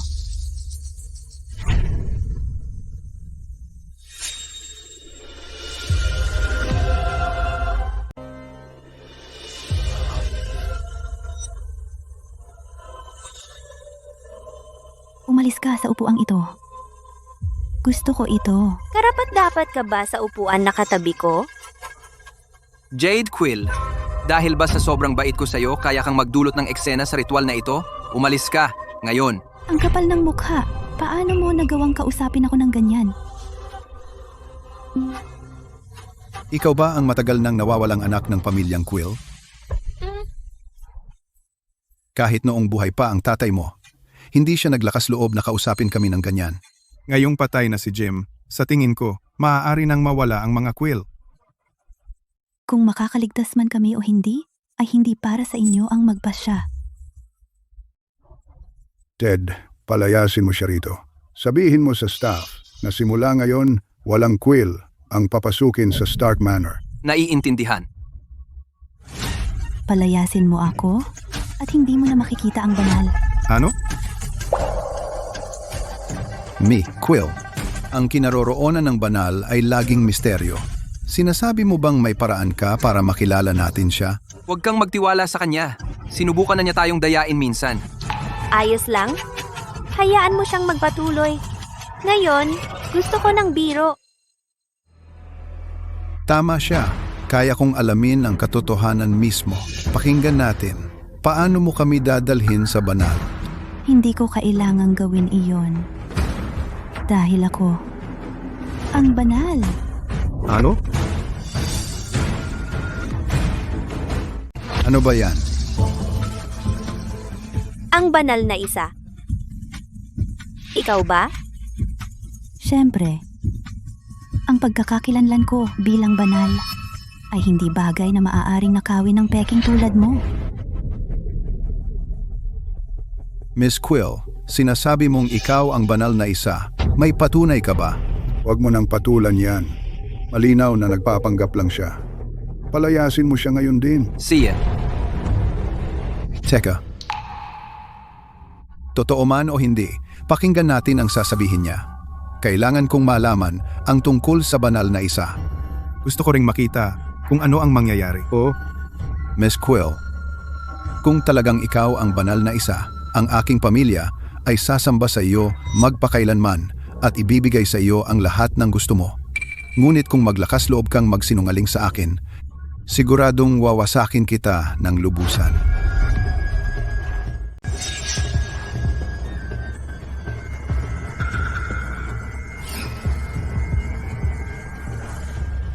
Pagkatapos umalis sa Stark Manor, bigla kong naalala ang ilang alaala na hindi pag-aari ko.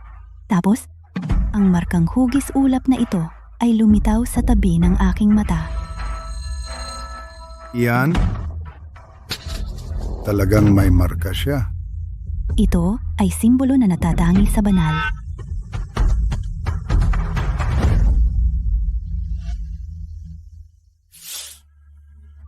Magkapareho ito ng hugis at sukat. May markang hugis ulap siya na natatangi sa banal. Kaya, kagigising mo lang bilang ang banal? Siyempre, ang pagbaba ng banal ay laging nababalot ng misteryo.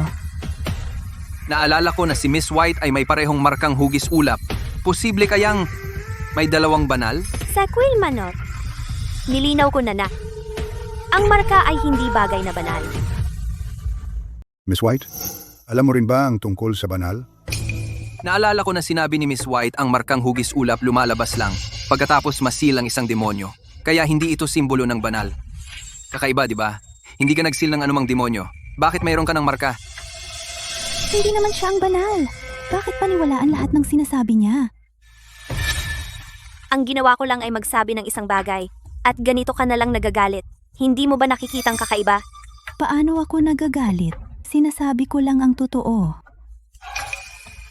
Bilang banal, natural may mga bagay akong dapat patunayan. Kung gayon, handa ka ba na ipakita sa amin? Siyempre.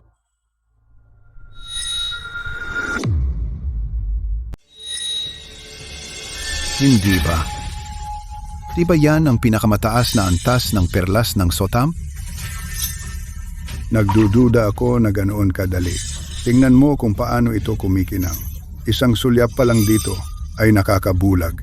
Para itong bituin sa langit. Tama ka.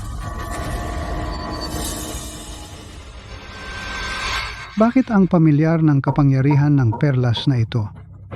Tama, kapareho ito ng kapangyarihang inilabas ni Miss White nang talunin ang demonyo. Kung ang perlas na ito ay pag-aari ng banal, hindi ba si Miss White ang siya? Anong kinalaman niya dito? Ang perlas na ito ay naglalaman ng marami sa aking banal na kapangyarihan.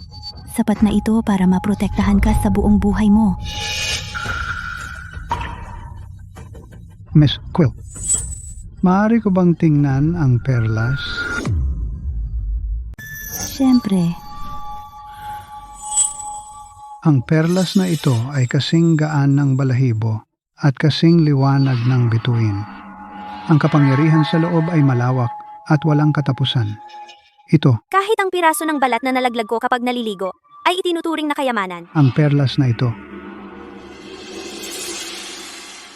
Talagang iniwan ito ng banal. Mayroon akong isa pa sa bahay. Dapat silang magkapares. Miss Quill, maaari ko bang malaman kung saan mo nakuha ito? Mr. Wood, pakisagipin ako. Pakiusap. Nakikiusap ako sa iyo.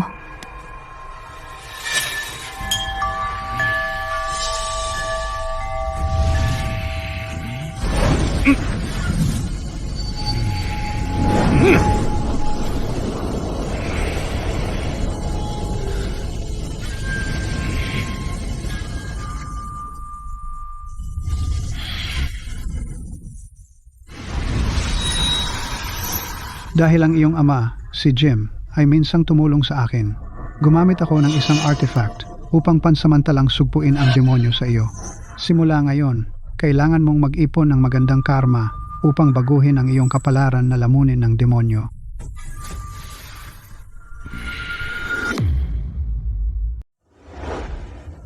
Noong ginagamot niya ako, tuminag ang perlas na iyon. Malamang, ito ay isa ring kayamanan.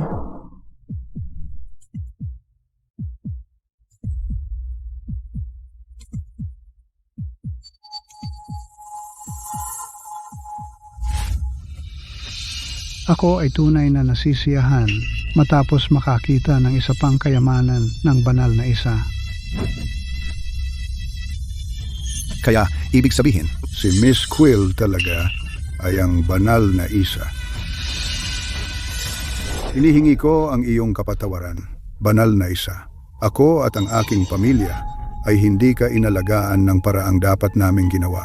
Titiyakin ko na mabayaran ka sa hinaharap. Tara,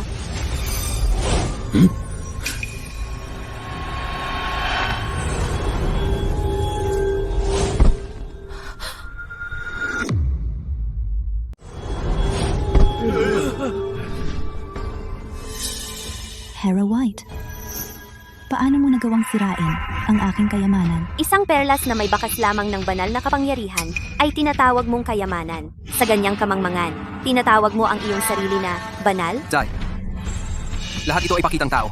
Kahapon lang, sinusubukan niya tayong lokohin. Hindi mo ba naaalala? Bobo ka. Tumahimik ka. Dali, humingi ka ng tawad sa banal. Pwede ko nang pakawalan si Ted. Gusto ko lang na humingi siya ng tawad sa akin. Sino ka ba? Para gusto mong humingi ng tawad sa iyo si Miss White. Ikaw, Sigurado ka bang kaya mong dalhin ang bigat ng aking paghingi ng tawad?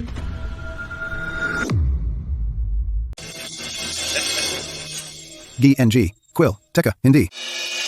Banal na isa. GNG.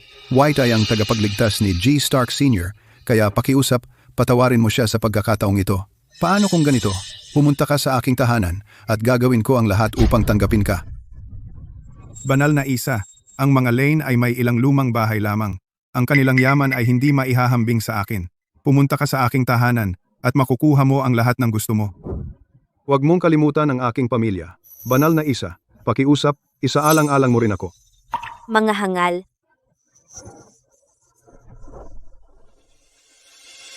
Iyan na naman ang pagiging mapagmataas.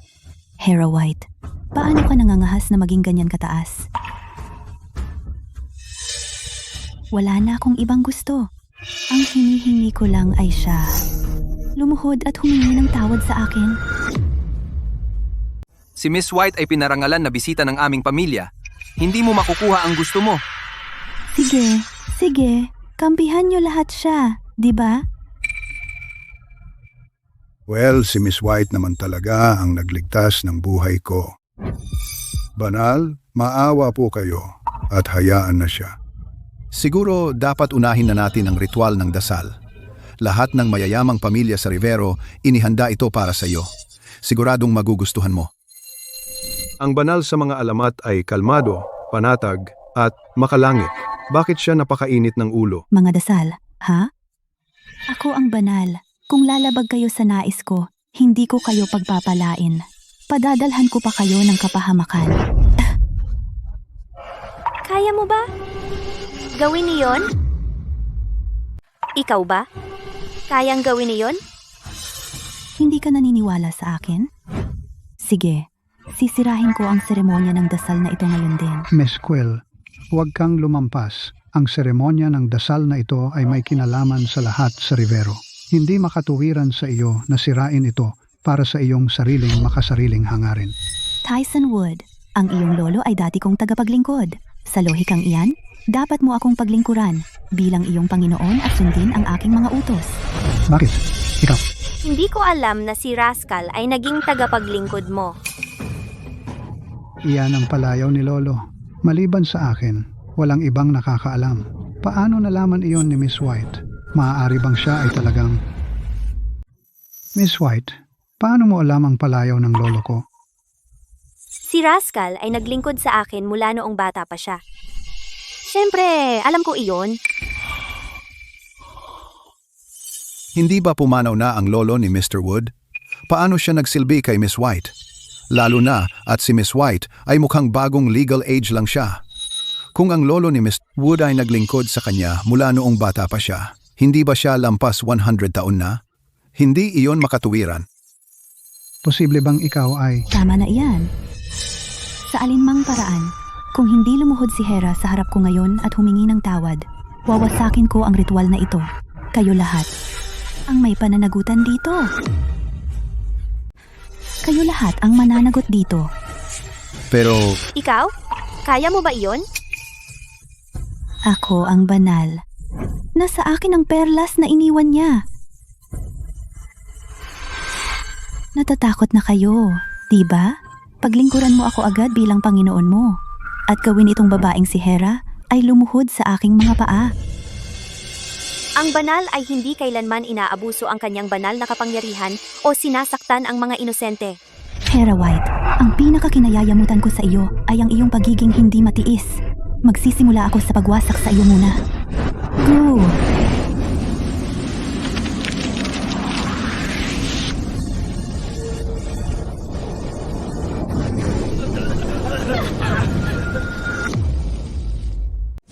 Para na kaming patay ng pamilya ko. Ang galit sa banal ay kamatayan para sa ating lahat. Hera White, sumpa ka.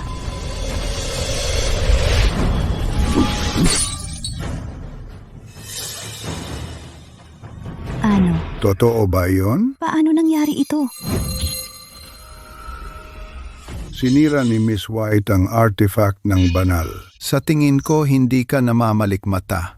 Nakita ko rin iyon. Mas malakas pa ba si Miss White kaysa sa banal?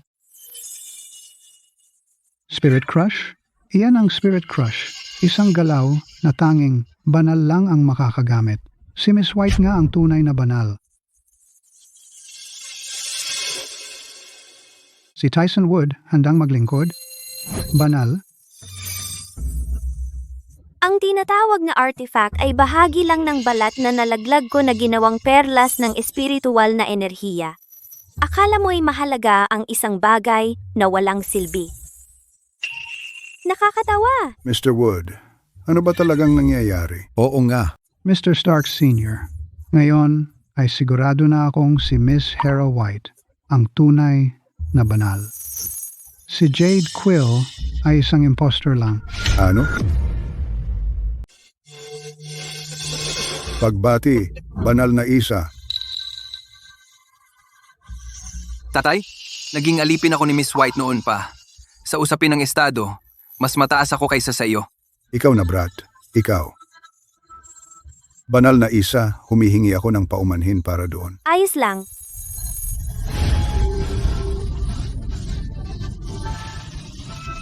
Bakit parang may puwersang nag-aangat sa akin? Oo.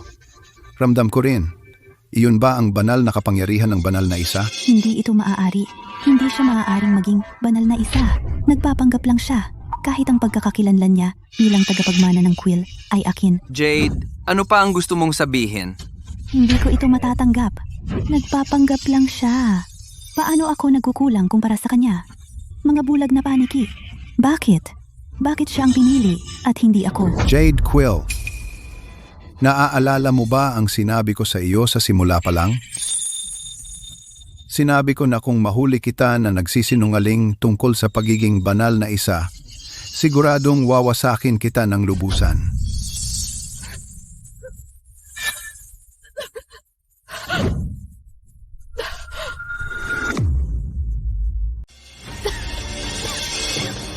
Matapos ang lahat ng iyong masasamang gawa, ang demonyo sa iyo ay malapit ng sumambulat, para kang patay na. Buti na lang maagang namatay si Jim. Kung hindi, ang bobo niyang anak na babae ay bibigyan siya ng aneurysm. Naglakas loob kang magpanggap bilang ang banal sa ritual na ito para sa kanya. Jade, teka lang. Ipapaalam ko sa bawat sangay ng pamilya Lane sa bansa na i-blacklist ka at itakwil. Magdurusa ka sa natitira mong buhay. Ganyan din ang gagawin ng mga Judd. Gayon din ang mga Dis. Miss White, hindi. O banal, ang mga Stark ay maglilingkod sa iyo bilang aming Panginoon. Itong bastos kong anak ay mananatili sa tabi mo mula ngayon at maglilingkod sa iyo. Sana ay mahanap mo siyang kapaki-pakinabang. Mahanap akong kapaki-pakinabang? Tatay, parang mali iyan? Ikaw, batang hamak, mapalad ka na makapaglilingkod ka sa banal.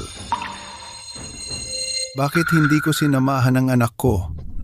Mabuti kung mapansin siya ng banal at maging alila niya. Tatawagan ko ang mga pamangkin ko na pumunta rito ngayon. Teka, ikaw.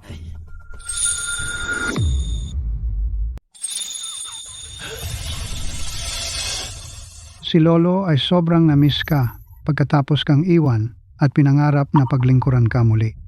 Sayang, matagal na siyang pumanaw. Ngayon kahit natupad ko na ang kanyang pangarap sa pamamagitan ng pagkakataong makilala ka. Tyson Wood, may talento ka sa paglinang, pero puno ng kaguluhan ang isip mo. Sa hinaharap, tandaan mong linisin ang iyong isip.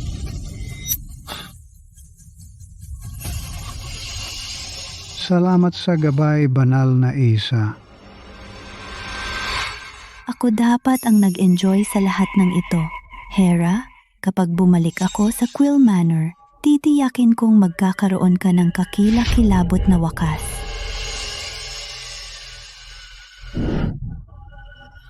Tumigil! Huwag na! Malapit na siyang mamatay.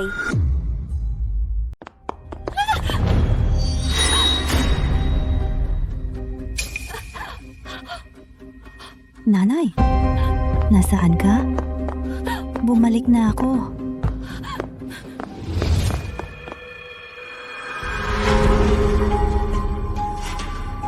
Na-blacklist na ako ng lahat ng mayayamang pamilya. Kung kayo ay babagsak, sino ang magbibigay sa akin ng yaman na nararapat sa akin? Jade, nandito na tayo. Enzo.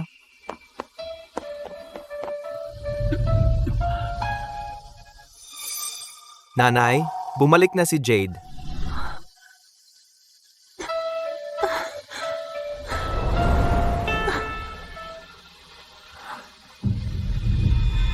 Natutuwa ako na bumalik ka.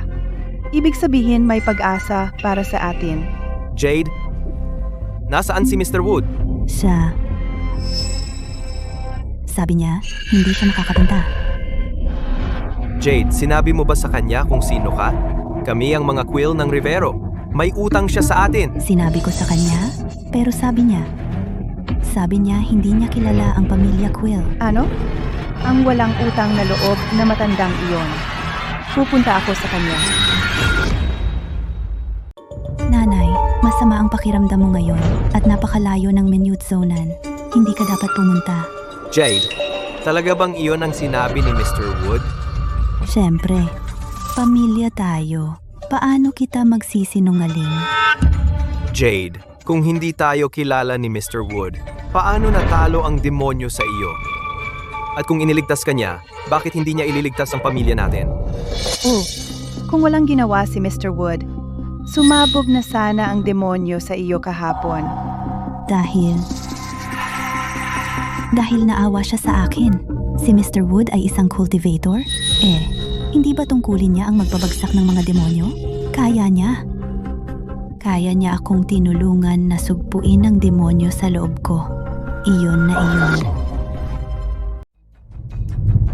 Jade, mahal ko.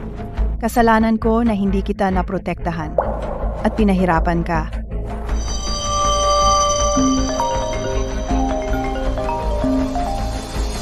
Masamang balita po, biglang inatake ang Quill Corp ng iba't ibang kumpanya ng Rivero.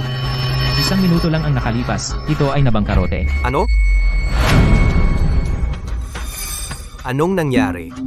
Si Miss Quill ay naka-offend kay Mr. Wood at sa banal na isa sa Stark Manor, kaya gusto nilang mawala ang mga Quill sa Rivero.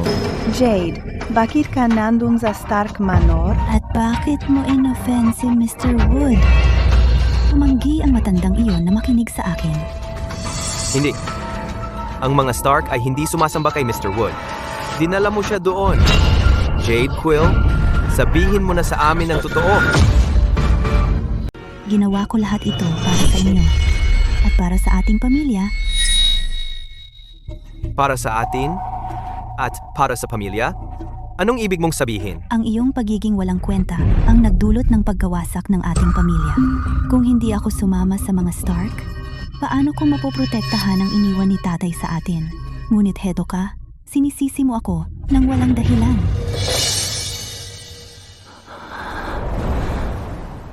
Kalimutan mo na. Kasalanan ko ito. Hindi dapat ako nagduda sa iyo. Nanay, hindi ba sapat ang paghihirap na idinulot niya sa iyo? Hindi ba sapat ang kahihiyang ginawa niya sa iyo? Sa welcome party na may mga bisita mula sa buong Rivero na nanonood? Siya pa rin ang kapatid mo. Nahirapan siya noong nag-iisa siyang gumala.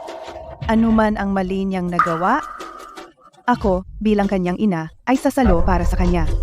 Ngunit nilabanan niya ang banal, magkakaroon ng ganti para diyan. Nagsumikap si tatay para itayo ang kayamanan ng ating pamilya.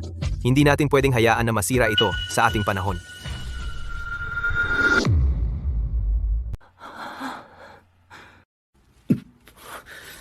Jade, sumama ka sa akin sa Stark Manor para humingi ng awa sa banal. Bitawan mo ako. Ako ang tunay mong kapatid at ang tunay na tagapagmana ng pamilyang ito. Si Hera ay ampon lang na galing sa kung saan. Bakit ko siya dapat hingan ng tawad? Ikaw na lang ang humingi ng tawad. Teka, ano ang sinabi mo? Anak na ampon? Si Miss White ba ang banal? Jade, hindi ba si Hera ay anak sa labas ni Jim? Paano siya naging banal? Banal? Hindi. Ang babaeng iyon na si Hera ay nagpapanggap lang sa kanya. Ngunit ang mga pinuno ng pamilya ay bulag sa kanyang mga kasinungalingan. Ang ginawa ko lang ay insultuhin siya ng kaunti at nagsama-sama sila laban sa akin. Nagpanggap siya bilang banal? Si Miss White dapat ang tunay. Kaya pala lagi akong sinasabihan ni tatay na pagsilbihan siya ng mabuti bago siya mamatay. Siya dapat ang nagdala sa atin ng dekadang kasaganaan. Kaya pala lumalala ang kalusugan ko. dahil minasama ko siya dati. Ito ang aking parusa. Bakit mo pa binabanggit ang babaeng iyon? Ako ang tunay na tagapagmana ng pamilyang ito. Jade Quill, baliw ka ba? Sinira mo na ang ating pamilya. Gusto mo ba kaming patayin ngayon? Tama yan. Tama ka talaga. Kailangan ko lang kayong patayin pareho. At ang kayamanan ng pamilya Quill ay magiging akin lahat. Kung gayon, hindi ko na kailangang magpaawa sa inyo.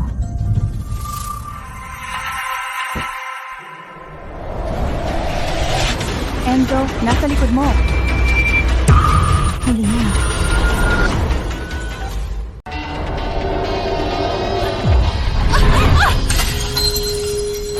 Anong nangyari? Dahil nandito si Miss White, akala mo makakagawa ka ng masama.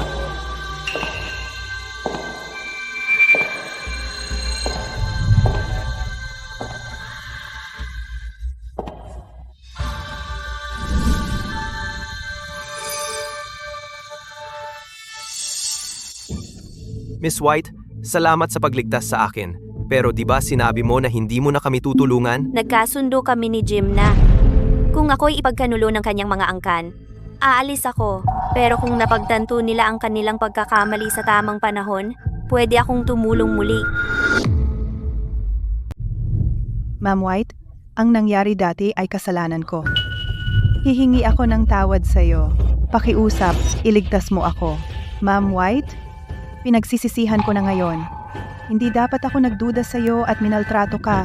Pakiusap, iligtas mo ang aming pamilya. Mula ngayon, susunod ako sa lahat ng utos mo. Nanay.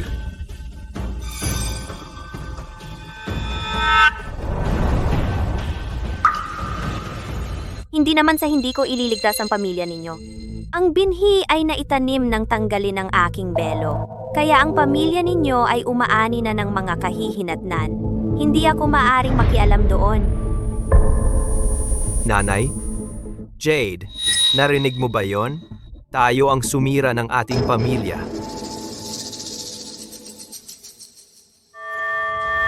Para bang ang kaligtasan ng mga Quill ay pakialam ko ni hindi ako kadugo ninyo. Anong sinabi mo? Jade, wala lang yon, di ba? Nanay mo ako. Totoo na hindi siya ang anak mo. Siya talaga ang anak ng mga kidnapper na kumuha sa anak mo.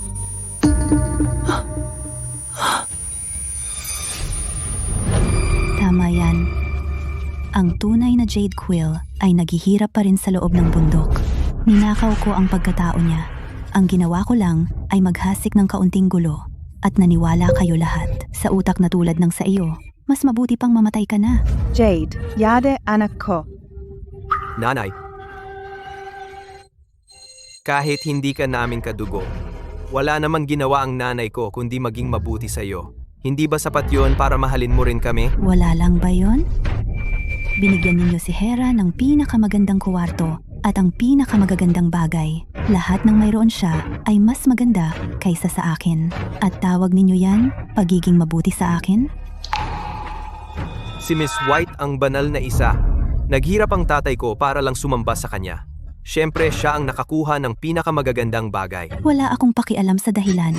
Ang punto ay karapat-dapat kayong mamatay dahil hindi ninyo ako binigyan ng pinakamaganda sa lahat.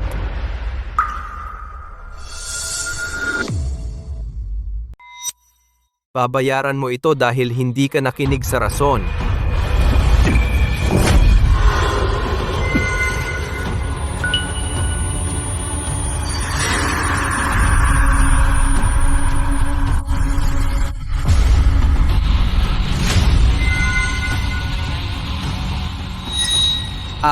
Ano ang nangyayari? Jade Quill, sinalikuran mo ang iyong pagkatao upang makisama sa isang demonyo at gamitin ang kapangyarihan nito. Miss White, mauna ka nang umalis. Sana'y naging matatag din ako sa pagprotekta kay Miss White. E di hindi na sana nangyari ang lahat ng ito. Sayang. Gusto mo bang umalis? Kaya mo?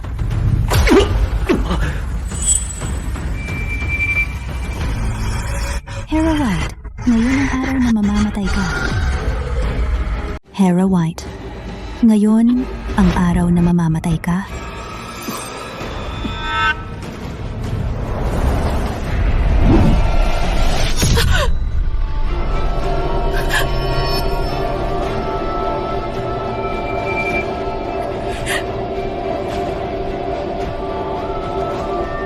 Dapat?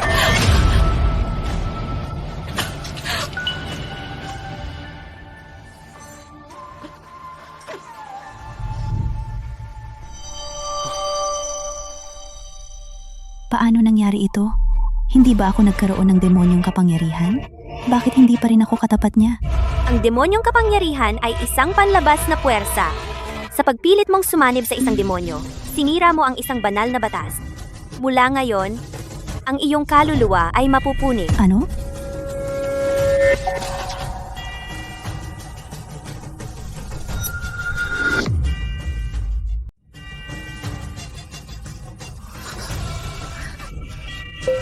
Masakit. Gusto ko si Mommy. Miss White, anong problema sa...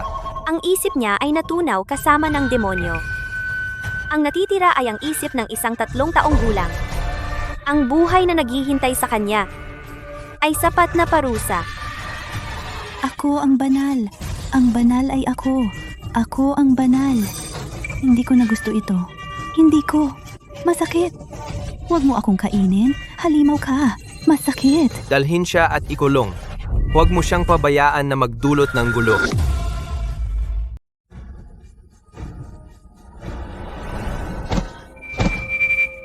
Diyos ko, salamat sa pagligtas sa amin.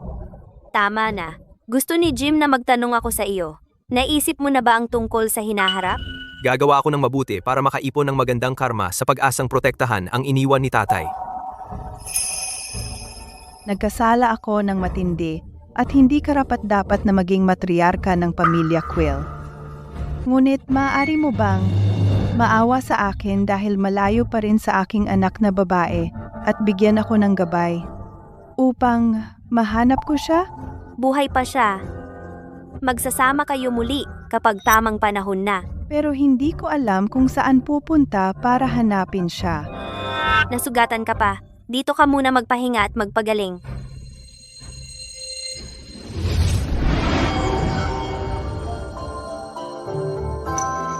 Enzo, Ted, sumama kayo sa akin para hanapin ang tunay na tagapagmana ng Quill. See ya.